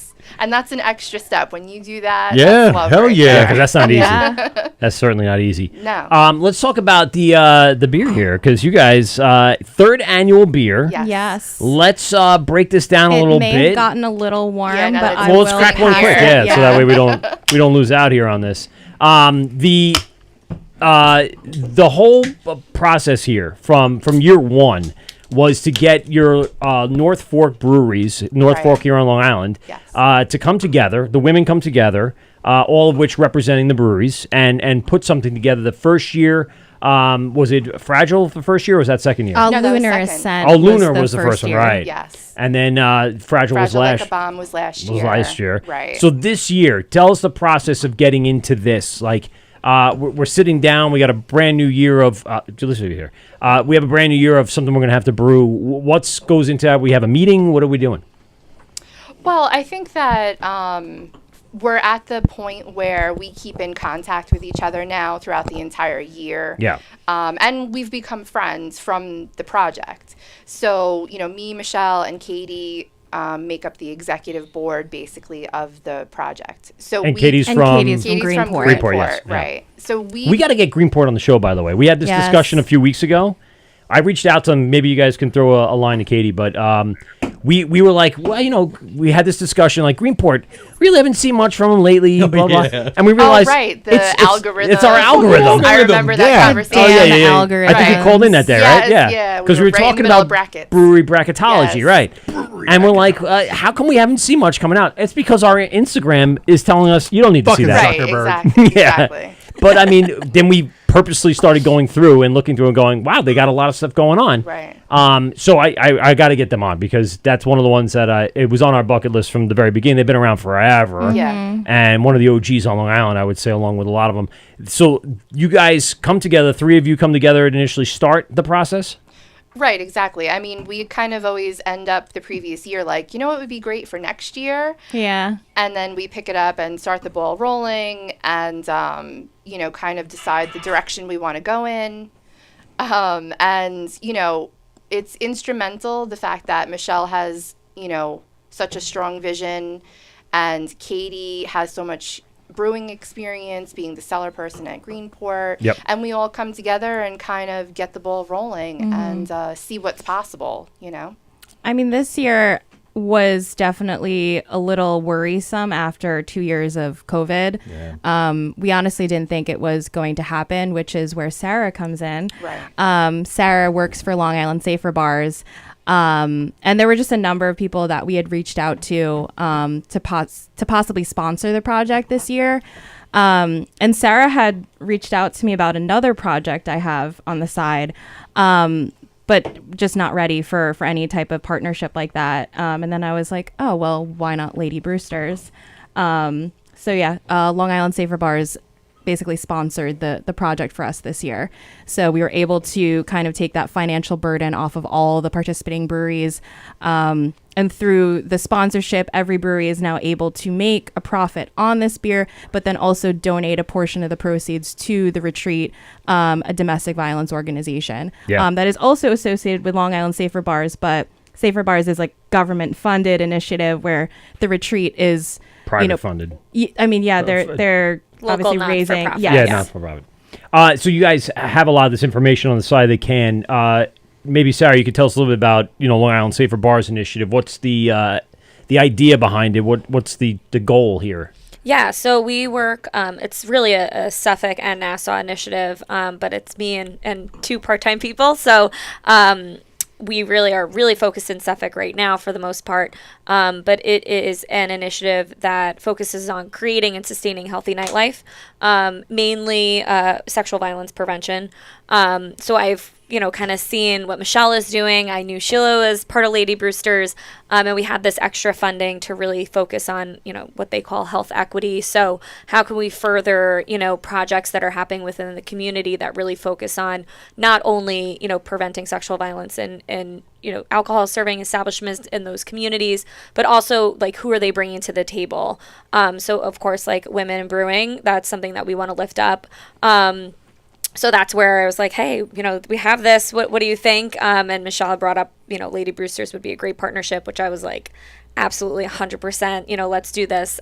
So we're really focused in Patchogue right now. Yeah. But I've been talking to more and more breweries, and it's just such a different community, a different culture. So I'm really excited that, we've kind of been able to have this lift off, but also, further some partnerships on the East End, because it's an area that we've been wanting to, reach out to, but it's all about timing, I guess, As a bartender of 20 years, which is, I actually sort of ended my career right here in this building. Not perfectly, but whatever. Part of as a bartender, a lot of places want tips training. Yeah. And what's in that is not necessarily this abuse prevention. Mm-hmm. I think that's something that probably should go into that, at least a chapter in the book, right? I mean, this is something that you guys are looking at. Yeah. So our curriculum is actually, it's called Safer Bars. It was created in Arizona. It's evidence-based, so it's proven to change behavior. Yeah.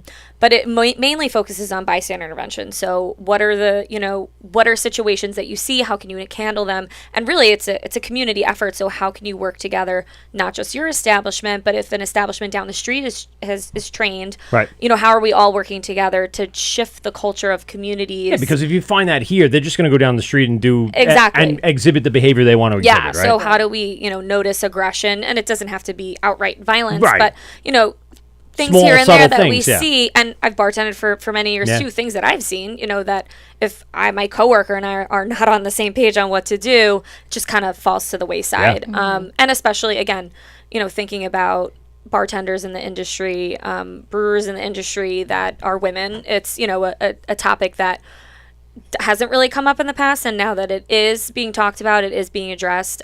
We've had some really great conversations with folks across industry, restaurants, bars, breweries, who want to do the work. So it's really cool, and this was just such a great way to even further it. And you guys partnered up with Retreat before, correct? Previous? No, you didn't. What was last year's? Last year's was ECLI. ECLI. Yes, ECLI. Okay, and the year before that was Family Service League. So you guys are rotating that yes, going around. Every year Okay, it's a different charity of choice. That's cool. Right. And so all the proceeds, for the most part, you're making what you can, so you guys aren't going in the hole on this, obviously, and trying to get as much of those funds over to that nonprofit. Right, exactly. Yeah. Well, again, the funding that LI Safer Bars was able to provide for us as a sponsor, it made it possible for all of us to participate. And I mean, and that was the concern last year. Yeah, I remember talking about you guys this. How smaller breweries, you're in the middle of winter. January and February are hard months. Yeah. And now, you're going to them and saying, hey guys, can you free up X amount of money for this project that we want to work on? And even if you want to work on it, sometimes it is hard. And not just that, on the schedule too. They all have their schedules out months in advance. They know what they're coming out with. Right. So it's tough to get a tank space. So we were a little nervous that not everybody would be able to commit this year, right. and that just alleviated that concern, which was amazing for us to be able to and you have worry about it. A ton of the breweries out there participating: Eastern Front, Greenport, Jamesport, Long Island, North Fork, Peconic County, sorry, Tradewinds, who I've talked to a few times. I got to get them on too. Twin Fork, and of course Uber Geeks. So I mean, you've got a bunch of the breweries out there. All of them. Yeah. You're right. I was trying to think of one that's not there, but they're all there. Yeah. Participating in this. So how does this get done? You guys brewed at Uber Geek? Yes. And tell us about that process. After coming up with the recipe, what was the conversation with Rob over at Uber Geek to try to get this off the ground and moving forward? Rob signed on last year. Yeah, he did. Yeah. Before you even had the wanted space? to do it. I think we had, he opened April last year. And so during March and April, when we released the beer, he was like, I really want to be a part of this. Please think of me for next year. So he was already penned in. He was teed up from a year ago. And then it was just a conversation between him, his tasting room manager, Jeannie, myself, Katie, and Sheila, just going back and forth of just even the cost of things, ingredients. Yeah. Now, did you have to come up with that before you approached Sarah with the total? Because they sponsored this, right? So they pretty much... Yeah, we slowly coming to, okay, what is this going to cost? Trying to add up all the ingredients and figure it out. So we slowly got to that cost. Yeah. Yeah. And that wasn't a big eye-opener, was it? For me? Yeah. Kind of...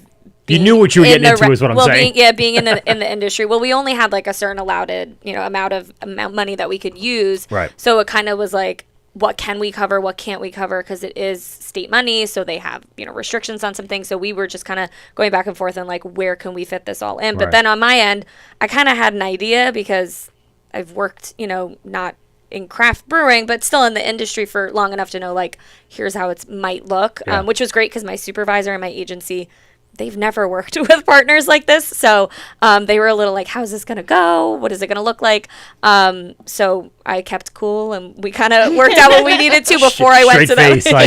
No, don't worry, it's all going to be okay. And also the timeline of things, they're used to, it's an agency. They work with community-based partners. I'm it's going to look way different, but I promise we'll get it done. It'll all work out. And you had to present that, right? That's something you had to show, this is the timeline, this is everything. Yeah. So I had to come up with an MOU, a timeline, agreement, whatever you want to call it, send it to the state, send it to Michelle, send it to my ED, kind of make sure everybody's on the same page. So no pushback from anybody at that point. No, right? Everybody was so excited. Breweries, I was saying today, my contract manager at state level was this sounds so amazing. They were all so excited because this is statewide work. There are many other counties that are doing nightlife work. It's focused on sexual violence prevention. So New York, all over, but Long Island really has been leading the state for a while now, which is just really amazing and speaks to, the community within, this industry. So, so it's very exciting. So let's talk about the brewing process. I know we don't have Katie here to really go through it, but I know you guys came up with it with Rob and kind of that collaboration concept. Bring us to that day. Would you guys, obviously you went with an IPA. Yes. Which is our standard base, but then you really kind of adjunct this up. Tell me about what goes into this, the concept of what you're looking for. Katie is someone who loves herbs and spices and really loves the idea of just combining different flavors, almost like cocktails. So we were just throwing out so many herbs and different things and pairings for that, which Sheila was like, I don't know. And which ones got shot down? Now I want to, there was a lot of talk about currants and fig, which could be good in a sour. Which could. I don't think there was anything that really got thrown out. Brussels sprouts. Was it rosemary? Was rosemary thrown in there? Rosemary was definitely thrown in there. I don't want to buy beer. Rosemary may actually be good in a saison or something. Yeah, but in cocktails I've had, it was fantastic. Yep. So if you can do that, you can translate it. Yeah. But you should definitely get Katie on the show with import because she has some wild ideas and it just all of her suggestions. We went back and forth, and then just thinking about the cost of certain fruit puree as well. There were I was dragon fruit, and Rob's like, no. Oh my god. And then all right, we're going to produce 2 cases. Exactly. And then on top of that, blackberry, we're we really want to do blackberry. Well, apparently there was an issue with the crops being year. decimated this year. year. So it's hard to get, and it's more expensive than usual. And we were like, of course it is, but we're going to run with it anyway. Yeah. So then, we went with blackberry and lime going into the beer. Greenport's yeast strain went into the beer. Not exactly sure which yeast it was. Pilsner and 2-row malt went in, and then Centennial, Cascade, Simcoe, and Idaho 7. Okay. Which Idaho 7 is my favorite hop. Ah. I love No, I Idaho didn't get 7. to answer that either. There you go, guys. John and who's over there? Billy, is that you? There you go. Sorry, I didn't. Billy's over there. Oh, Billy went over. Yeah. All right. So, Justin. No, sorry, I didn't have the thing up right away. All good. So you guys. I answered hey asshole. No one. You guys. No one said Idaho 7. my name too. How was our feeling on Idaho 7 over there? I actually haven't had the privilege of using Idaho 7 yet. I've heard really great things. I've had some really good beers that have had it here locally in Maryland, but I haven't had the privilege yet, so I really can't give an informed opinion. Well, truthful indeed. But Idaho 7, I do like. It's one of those ones that and El Dorado. I know they had a beer before Eldorado's great. that had El Dorado in there. That was one of the ones like Sculpin's my El God. Dorado was like they had it F.H. Riley's or something up in Huntington. I remember coming out of a show. It's really hard to get your hands on some Idaho 7 down here, believe me. What about Idaho's 1 through 6? Price per pound is exorbitant. They were terrible. You just can't find somebody that has it. Yeah. And you guys do that? I mean, because I know a lot of the breweries around here, and you guys probably also have to do this at one point. Find out, who's supplying, who has extra stuff. Did you guys ever have to go to another brewery for stuff, for ingredients or things that you may not have? So as cool as a lot of the breweries are around here, there's typically not a lot of crossover in terms of us borrowing materials from one another. Every now and again, it'll just be like a bag of sugar. Really, nothing all that serious. Couple But eggs. Gotta get the bread and milk. We source our hops from a place that's only about 45 minutes away from here. So they have a limited variety. It's a good variety for the beer that we do, but for those experimental hops or for those new hops hitting the market, we generally have to come up with a recipe in order to use them. So we just haven't had a chance yet. I would love to, though. I would absolutely love to use Idaho 7. Well, maybe you can contact one of the breweries up here, because apparently they get it pretty easily. Hey, I'm ready. Like I'll do it. We'll ship it on down. So you guys, like I said, this is the third year of doing this cause. Well, is that what we're going to call it? We'll call it Yeah. a beer with a cause. Yeah. Give me a smile. What was the idea Name's behind obviously that? little tongue in cheek. Yeah. That was very tongue in cheek. You know what? As women, you hear it all of the time. Especially me, I have chronic resting bitch Same. face. So, Yeah. people are always like, why don't you smile? Why You're can't so you smile? pretty when you Just give me smile. a You have a smile." Because you're an Right. asshole. I mean, that Right, seems like but you can't say that Why in the not? service industry most Oh, of the I time, guess you so. know? Behind the So- bar, if anyone said anything, like you didn't even ask her for a smile, you just said, "So how you doing?" You're like, "Fuck you, asshole." Would you feel at home? I mean, I would. Right. It'd be like being in the house again. So it was really kind of that idea and Okay. just kind of taking it back for ourselves. It's definitely tongue in cheek. We all know where it comes from.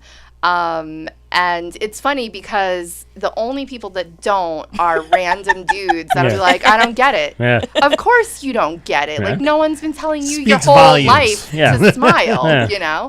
I don't think I've ever told anyone to smile, especially in pictures. It sounds Don't smile. creepy. I'm a big fan. You ready to this? Of like those old school 1800s photos. Yeah. Where we're just- You don't Yes, smile. it's very stoic. Yeah, like it. I've always Drink loved. show over beer. I've always loved that like demeanor of Yeah. this is how I normally look. I'm not smiling all the time. I'm not. Right. This is just unnatural, and I just like to. And that's the point. Like, Yeah. we're not on show for other people. Right. We're It's- just here as human beings relating to other human beings, and that's it. Tell him, When- say when I something knew, funny, like- and I'll smile. Right. Be funny. Which nobody can do. No. That, so. When I figured out my younger daughter was like my clone, because my older daughter's 100% my wife. She has that resting bitch face, like hardcore. Right. And I'm like, well, this one's mine. Yes. You know the She's- girl from The Ring? Of course. Yeah, that's his daughter. That's my Tim daughter. Sarah. Oh my god. Yeah, I yeah. totally get it. Jet black hair, straight. my God. Just If looks could peering kill. through your soul. Yeah. Honestly, I mean, I sort of trained and taught my girls to be like that. Like, you don't need to smile at people. Do You what don't you gotta owe anyone do. anything. Yeah, if you feel like it, fantastic. But And you guys have the can art donated by Megan Rose Dowling Yes. from the Wild Rose Shop in Yes, studio. she was tuning in She's before. amazing. Oh, that's Yeah. the Wild Roses. Yes, That's right. Nice. yeah. Hey, Yes. hey, Megan. I won't call you Rose. But I mean, great can art, beautiful. I got the logo on there and everything. How'd you guys? What's the reception here on Long Island? So far, I think it's been fantastic. North Fork is already totally out, right? We kicked we sold out of the cans, I want to say, the next day after we released it. Wow. And then we just kicked the keg on Saturday. Nice. So a week later. Yeah. And then we kicked our keg. We still have maybe a case or two of cans. And I'm sure that some of the other breweries still have theirs too. But, generally I think it's gone in like the first 3 weeks, 4 weeks. It's If only gone. every beer could sell that well. I know, right? Seriously. And, we always do a little bit of distribution. So I just. Oh, okay. That was gonna be my next question. Where else can you get it if anywhere? So as of right now, as far as I'm aware, I personally dropped off a case to Hopscotch. They take the beer every year. Yep. They're amazing. And then also over by Dave at Bellport, he always Dave's Cold Cold Beer and Soda. he always supports. Yes. So I know that those two places physically already have the beer, and then I believe Rob at West Babylon Superstore is taking a case Yeah, he took some. as Yep. well. And Yeah, then- Rob was with us on one of the brew days. Yes. Too. Yeah. Oh, he's always out was. there. God damn it, he's always there.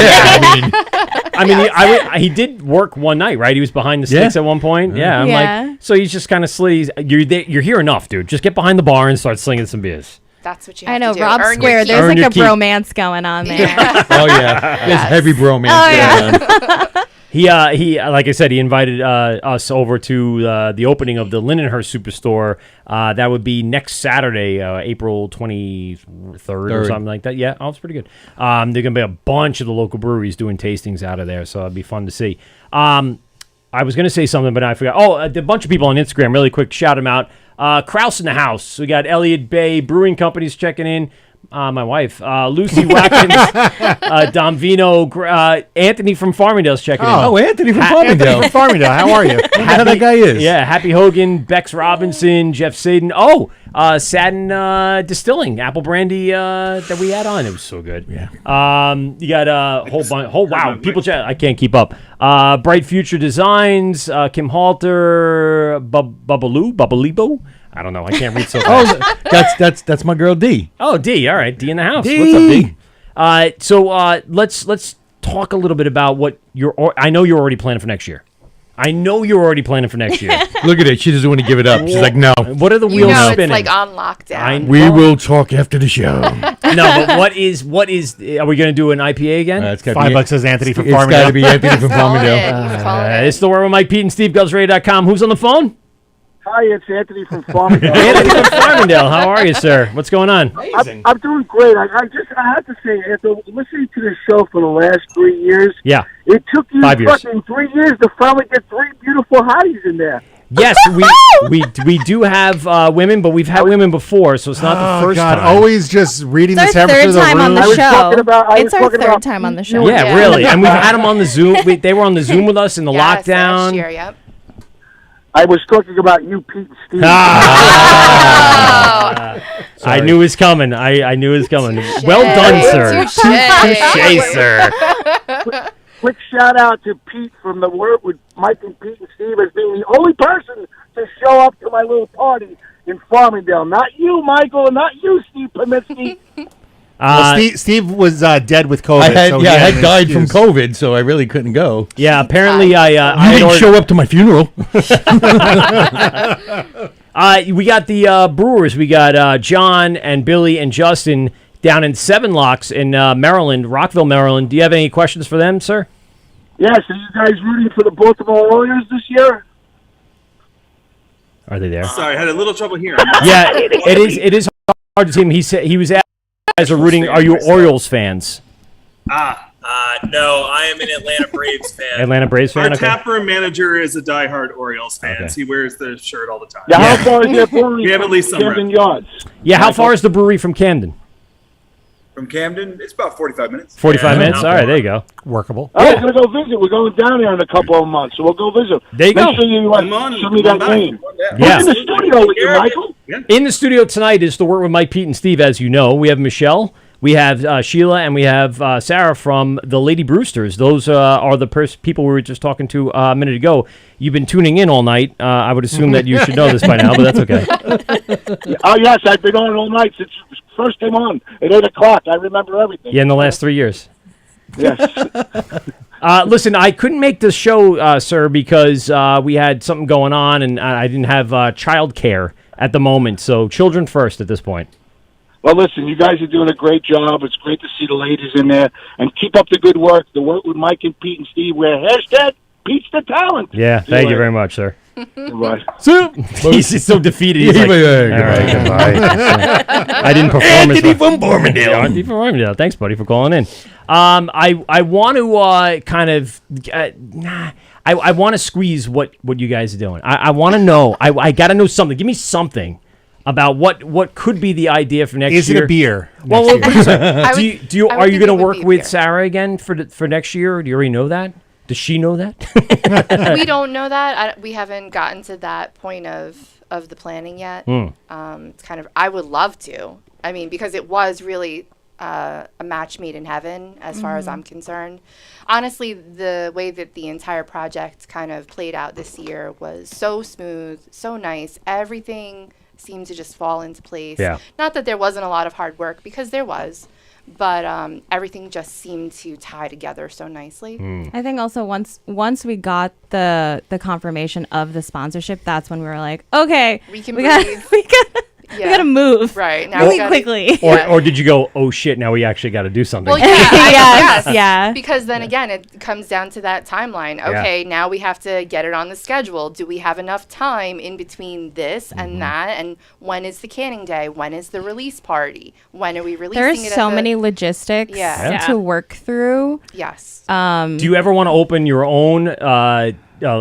I guess. Yes. Yeah. There's been definitely a joke between me, Sheila, and Katie that we're gonna open up our own brewery someday. I mean, I would start nomadic. Because you guys have your networking connections We everywhere do. it is. We know a lot of people. Yeah, and Yeah, make we're this like great a few, networkers. just a few, just a kind of couple hooks here and there. Yeah, I mean, I don't think we would just like jump in feet first. I don't know. but- I think my retirement will be a brewery. Yes. And not for nothing, but the first women-owned and run and everything brewery on Long Island would be amazing. How many are there in the country? Do you know of? Oh, in the country. I mean, there's Lady Justice Brewing in Colorado that is fully, I believe, female staffed and female run. you have There's Talia. yeah. Talia. I know that's female owned. Owned, operated. I think the whole Are they thing. brewing everything? I Yeah. don't believe their whole brewery staff is though. Right. I thought they were. Only because I don't see. I'm going to go by sheer Instagram. I don't see them. I see them marketing. They're Yeah. the faces of it. True. But I don't see them pouring grain in like you guys were. You guys were I up mean, on the Bow brew and decks. Arrow, I think in Arizona, is an indigenous owned and female owned. Get out of here. Yeah. That's cool. Yeah. Huh. I think they were in the New Brewer like a few issues ago too on like the front page. Oh, you still get publications, Steve? Yeah. Yeah. No, I'm The serious. New It's Brewer is amazing. great. Yeah, they just How many just keep sending you stuff? just keep sending They have me- no idea you're shut down. I think I'm gonna be in the next It's one. like, hey, it's been 3 years and you're still sending me magazines. I love it. It keeps my finger on the pulse. you know? Yeah. I sometimes get like audio production magazines. I'm like, they have no idea I'm not doing anything in the field right now. Right now. I mean, not that. That's got to be something that's Well, what I a usually little do perk of having the brewery at one point. in one of the magazines that comes in, it has the closings and openings, and I always look to see if Barrage opened, but it never opens. Never reopened. It never fucking reopens. Did they ever announce it? To the Yeah, dismay they did? of a Oh, yeah, lot it was of right in people. there. Now, how do they go off of that? So let's talk about Government. Lady Bruce. Did you have to register that as a label? Like what's So it goes through the host brewery. Right. okay? Wow. So we're a volunteer community organization, really. That we're not registered, but so anyone it runs who, out like a collaboration, Yeah. right, Yes, exactly. and he lets you just kind of head the idea. Right. Kind of like so- what I do. Yeah. Kind of like a collab with the other stuff. Yeah. Yeah, sense. exactly. And it's nice because, well, I'm not going to say everyone, but there's always been interest from one of the breweries to take it over for the next year. I'll put it this way. Yeah, Has anyone raised their hand for next year? No, I don't think so yet. I don't. Okay. No. Yeah, I don't think Because so. you Because said Rob again- was in last year, right at this Yes, time. So but I mean, it's Rob, and Yeah. like he has that. He was just enthusiasm starting to out, do it, opening. too. So he's like, I'll do it all. Yes, yeah. Yeah, but I don't think that anybody's raised their hand for next year. And also, you have to keep in mind that you have to be able to brew a certain size batch Yep. and Right. can it and everything else. well, what was the batch? You can't size? go brew this at like Great South Bay or something because, or could you? I mean, Sure, size you wise. could. well, Well, it's a size-wise. North Fork Yeah, oh, right. Good point. Brewing Collective.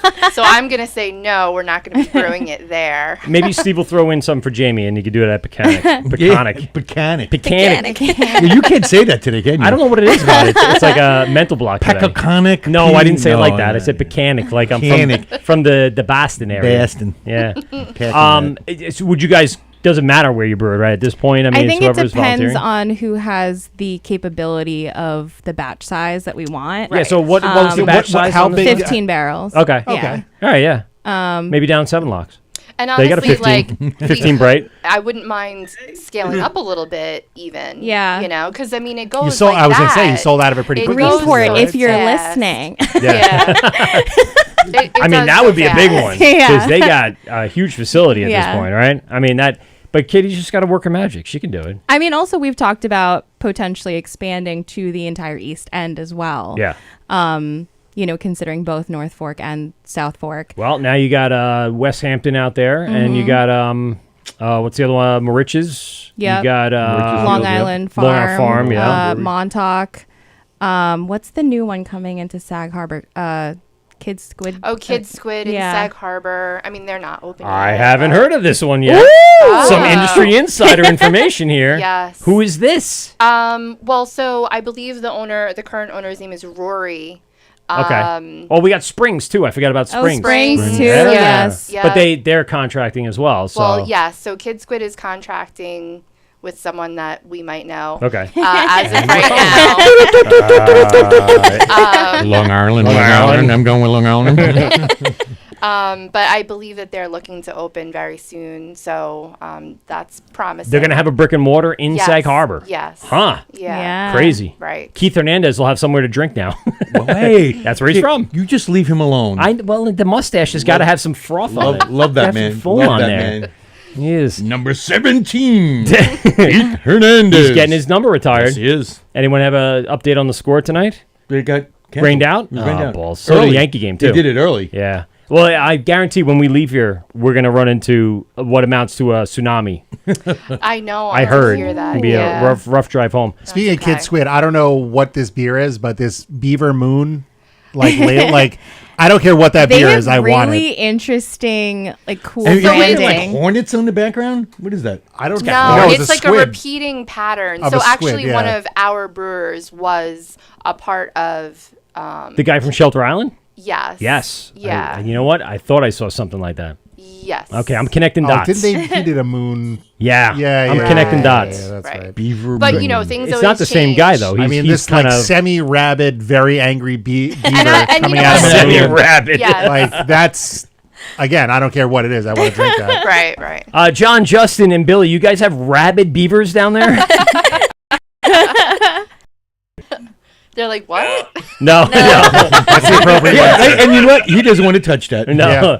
I don't blame him. Well, I mean, we've had some crazy turkey issues out here on Long Island lately. The turkey population is absolutely exploding up on the North Shore. Time for Thanksgiving? Yeah, no, in time for like Easter. You don't want a rabbit, you don't want a roast, you can have a turkey. It's just a phenomenal what you see out there. Eat those See, ones, though? where Billy and I come from, we really like our guns, so there's really not a turkey problem. That tracks. Fair That enough. tracks. The further out east you go here on Long Being Island, said, I the can more that remember- is. Yeah, that's a thing out living east in too. Harlem, when I was living in Harlem, there were turkeys running around in the back alley for a couple Oh my months. God. I Get don't know outta how the here. hell that happened. but there were absolutely they have legit wildlife in the city. They had foxes, coyotes now. Coyotes. Yeah, you'll be in There's the middle some of stuff the going on. Brooklyn, and there's Raccoons. a coyote. You're like, wow. Simply 2 years of COVID lockdowns meant that the wildlife immediately starts taking this back more over. often. Yes, right, exactly. There's sharks on the shore, there's dolphins and whales, and now all of a sudden coyotes and foxes and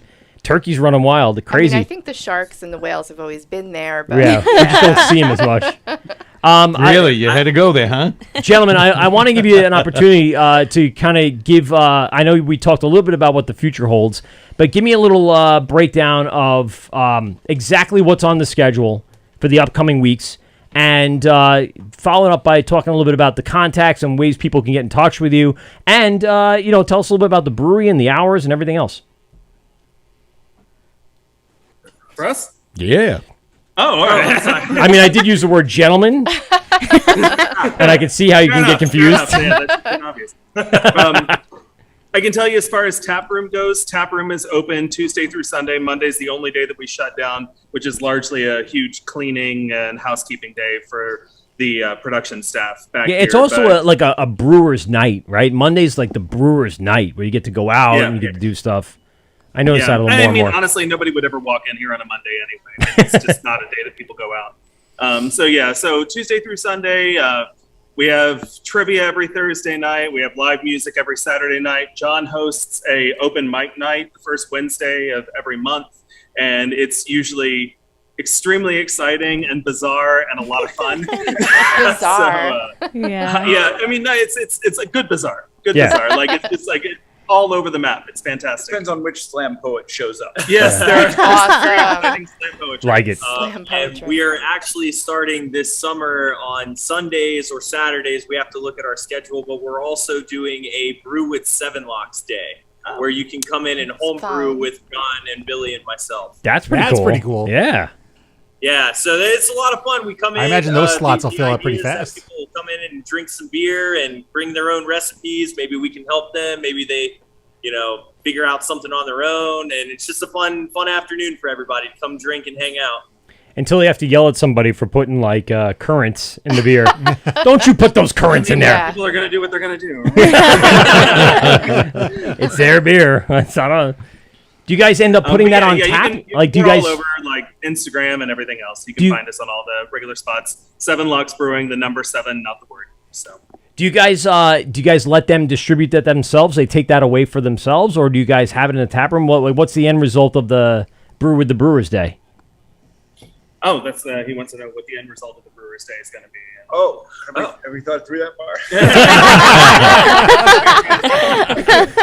like So that. eventually the big idea is we want to see if we can get people out here during the weekend, and maybe if we could turn it into a small homebrew competition where we're kind of batting around 2 ideas. The first one being you bring your recipe, we bring our recipe, and see who can make it better. Oh, so like beat. Do like a beat Bobby fun. Flay kind of thing. I like That's that. pretty fucking cool. Kind of thing, or Right. what we'd also like to do is, if it is good enough, we will reward that person with some type of payout, and we'll make that recipe once. Cool. That's cool. That is very cool. That's like a dream. That's like for a LIBME. homebrewer. Yeah. One of my goals for the whole Yep. thing, we've had some preliminary conversations, is to partner with the local community college to try and get more women and people from the POC community to come out and get interested in brewing as well, so we can sort of change the face of brewing from this to. That's amazing. That's good too, yeah. We Kudos started to with you some guys. influencers that we've met here and there to like try and start making sure that those voices are incorporated into that sort of thing as well. I love Very that. good. Cool. Hell yeah. And you guys obviously on Instagram, Twitter, Facebook, all that good stuff. 7 Locks Brewing. Yep. Yep, indeed. That's us. Yeah, you can find us on all those places. Before, 7, the number. before we wrap up, And I that's do want this to. guy that doesn't. Yeah, there you go. I want to just say goodbye to Instagram because I got to play music for the end of the show. Check us out on YouTube, Facebook, and on our YouTube page. Later in the time, we'll have our podcast version up probably tomorrow and all of your favorite podcast platforms, and then on YouTube live video coming soon this week. Goodbye, Instagram. And so what I want to ask you guys as we start to wrap up here, ladies, when you guys have, for your own I guess, breweries that you guys represent, Sarah, with your what do I call it? But no, it's more organization. I was going to say a fundraiser, but it's not. It's more of an organization. You guys, obviously, as they said, kind of representing more of the women in the industry. Do you guys take a prominent role in trying to just make sure your voices are heard? I mean, is it something where you're forcefully putting it out there? Do you need to forcefully put it out there at this point? I think that in certain circumstances you do. A lot of times you have to fight to be included at any table as a woman, and that's across a million different industries. I previously was an IT admin, and I was... You did IT work? I did. That's bananas. That's why I have resting bitch face. I don't peg you as IT, like oh yeah, networking and get out of here. That's awesome. Corporate training on all software. Well, maybe you can help me out with some of this bullshit that they fucking they wired up here, because it's really terrible over here. I didn't do it. Verizon did it. Maybe you're gonna take a look. But I mean, my point is that you get used to being the only female in the room, and a lot of industries are still run by older men. They have one idea, they want to run with it, and they don't want to deviate from it. So, we are, as women, always trying to find our way into that without being aggressive, unless we have to be. Sometimes you have to be. Got to put a foot in an ass sometimes. Yeah, sometimes you do, exactly. And it's taken differently from women than it is from men. Take a moment, talk about Long Island. What's going on? Well, we just celebrated our 13th anniversary. 13 years. Yes, yep. Jesus. So that's fantastic. 13 years, 13 beers? God, I hope not. That was a lot. That was a big undertaking. Most importantly, when is King Celtic coming back? I don't know. Please tell us. When we get a beer maker, then we... I knew it was coming. Oh, here it is. I was just about to say. Goddamn barter You system. Waiting for it in the mail. Right, exactly. Well, Beer so- maker, You guys know if how you're it works. listening. As soon as we get our little adapters, then maybe we'll get you into a rotation. You want to order a kit using promo code Wort. Get order a kit, we'll run it out there. I'll let you brew beer. Other than that, we have a really fantastic brewer right now. I'm very excited that he's there because he pushes us from what we have done successfully, and he pushes us into things that we may have never worked on before. Yeah. Case in point, the Blue Point Cast Fest, right? I mean, you guys came up with something a little different. Yes. And something that was a hit. You guys did very well. Yeah, honestly, I can't even remember exactly what we brought there. So many festivals. I know we had like Grandma's Purse Candy or something. It was like a caramel something or other. Worth is original. Fantastic. Yeah. Yes, exactly. But we have like some new sours that we're looking to work on coming down the line. Nice. King Celtic. Yeah. And you never know, King Celtic. Billy be interested. We'll send one out to Billy. Okay. Yes. But yeah, it's nice weather. Yeah. We're looking forward to throwing the beer garden open. Yep. Take the tent down. Partying. Yeah. Yes, exactly. COVID is relatively over at this point. I think we're finally starting to flow back into it with little rumblings in the background, but now people can start to feel a little more comfortable. People are still dying from it. Right, yes. I know, like Steve, I did a couple Steve, weeks you're ago. The ghost of Steve Hominski is here tonight, folks. Right. Michelle, so you've kind of been all over, we'll say that. Yeah. North Fork's still doing their thing. So I still am part-time at North Fork. I stepped down as manager February, March, and then I just finished my production internship with Sloop Brewing on Thursday. Which is, how is that facility? It's insane and huge, and I learned so much in 3 months. In large, like 30 barrel system, humongous. Yeah. I mean, it's funny because I said to one of the brewers, the head brewer on Thursday, I'm like, at North Fork, it was like, oh my God, a triple brew day takes forever. I'm like, literally, we just did 3 batches in one shift. Like, it's just, there's always something in all of the tanks. Yeah. Well, they have to. They're distributing up and down the East Coast at this point, right? I mean, I think we're all across the country at this point, but I know almost in every state on the East Coast.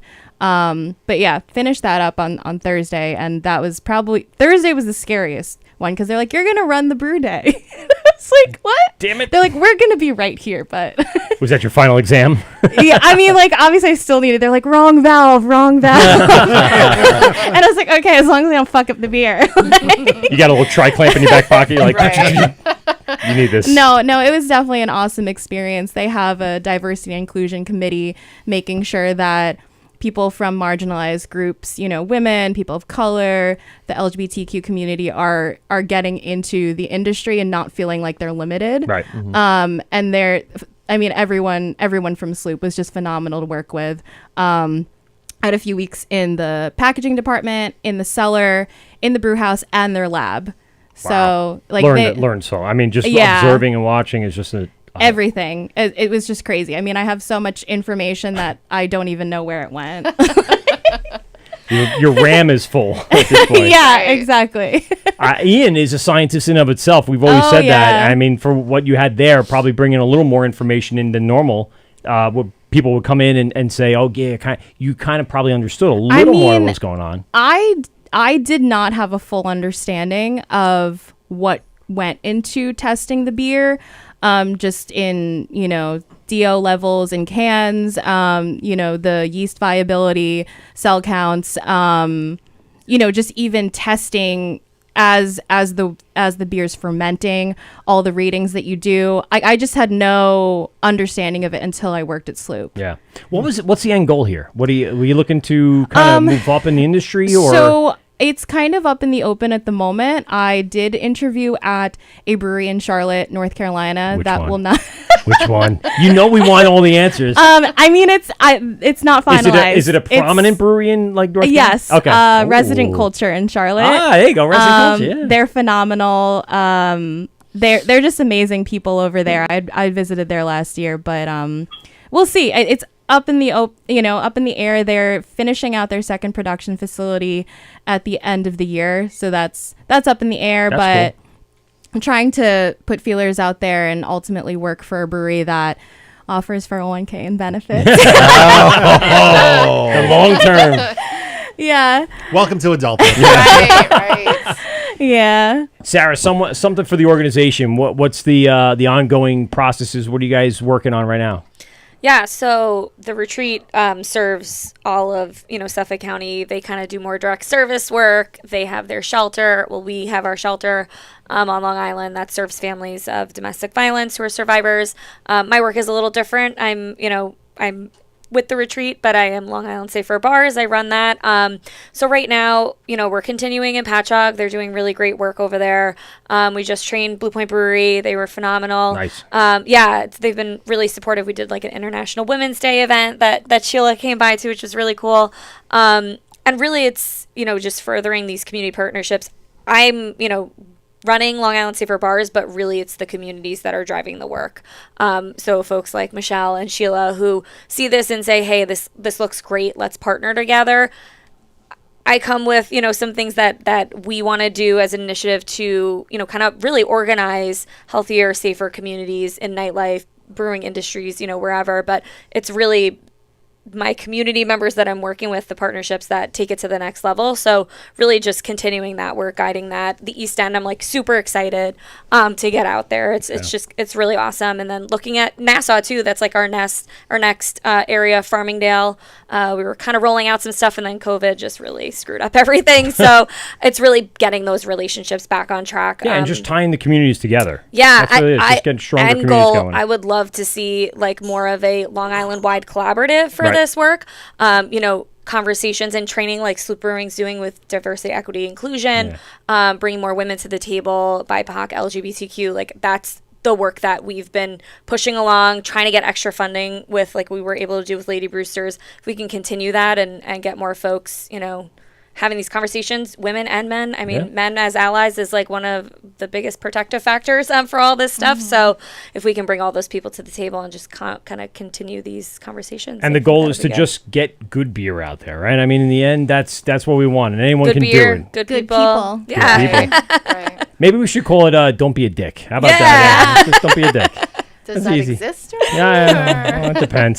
They're out there. They are. It depends how many people you come in contact with, because the odds are you're going to find one or two in the batch for sure. Oh, yeah. That was my favorite sign hanging in Mustache when they were open. The Don't Be a Dick sign. Yeah. It was like crocheted, right? Yeah. Lori crocheted it. Yeah. Right. She's awesome. Gentlemen, we're about to get out of here. Really appreciate you guys coming on the show. Definitely great beer. The Rye IPA, the IPA that we had, the New England. Thank you very much for spending time with us tonight. Had a lot of fun with you. Thank you very much for having us. Yes. We'll Guys, send you down thank very a much. little Wort care package for being on the show. And like I said, the podcast will be out there in podcast form on every platform known to man. We're now on iHeart. We're on Amazon. We're on iTunes. We're on Spotify. And then we're also now always on the Hopped Up Network. So check them out as well. Podcasts from all over Long Island, all over the country, and all over the world. Really appreciate you guys for being on. Thank you very much. Well, thank you very kindly. And like I said, we've got your information. We'll send along some bitch monkey for your wife. Yeah. Monkey. I'm going to hand it to her and go, they named a beer after you. And then I will be sleeping on the couch And then for you'll 3 die. days. Oh my God. I'll get in a lot of trouble for that, for sure. Ladies, thank you very much for being in. Really appreciate the time you guys spent Thank with us. you. And good job as always. Thank As you. always. you. You guys did a great job. This is The Word with Mike, Pete, and Steve, GovsRadio.com. Thanks a lot for everyone on Instagram, on YouTube, and on Facebook for joining in today. Like I said, we will be on the podcast form and, of course, on our YouTube page in full video format come this week sometime. And, Steve, what do you got for us today? I would say call Long Island and tell them to make fucking King Celtic Tomorrow. Put it on the schedule right Gregory. away. All right. Gregory, make it happen. Note Peter? taken. Yes. Steve, I'm glad you're not dead. Thank you. Aw. This is The Word with Mike, Pete, and Steve, GovsRadio.com, and we out. Well, that's 2 hours of your life that you'll never get back. Are you kidding me? Please hang up and try again.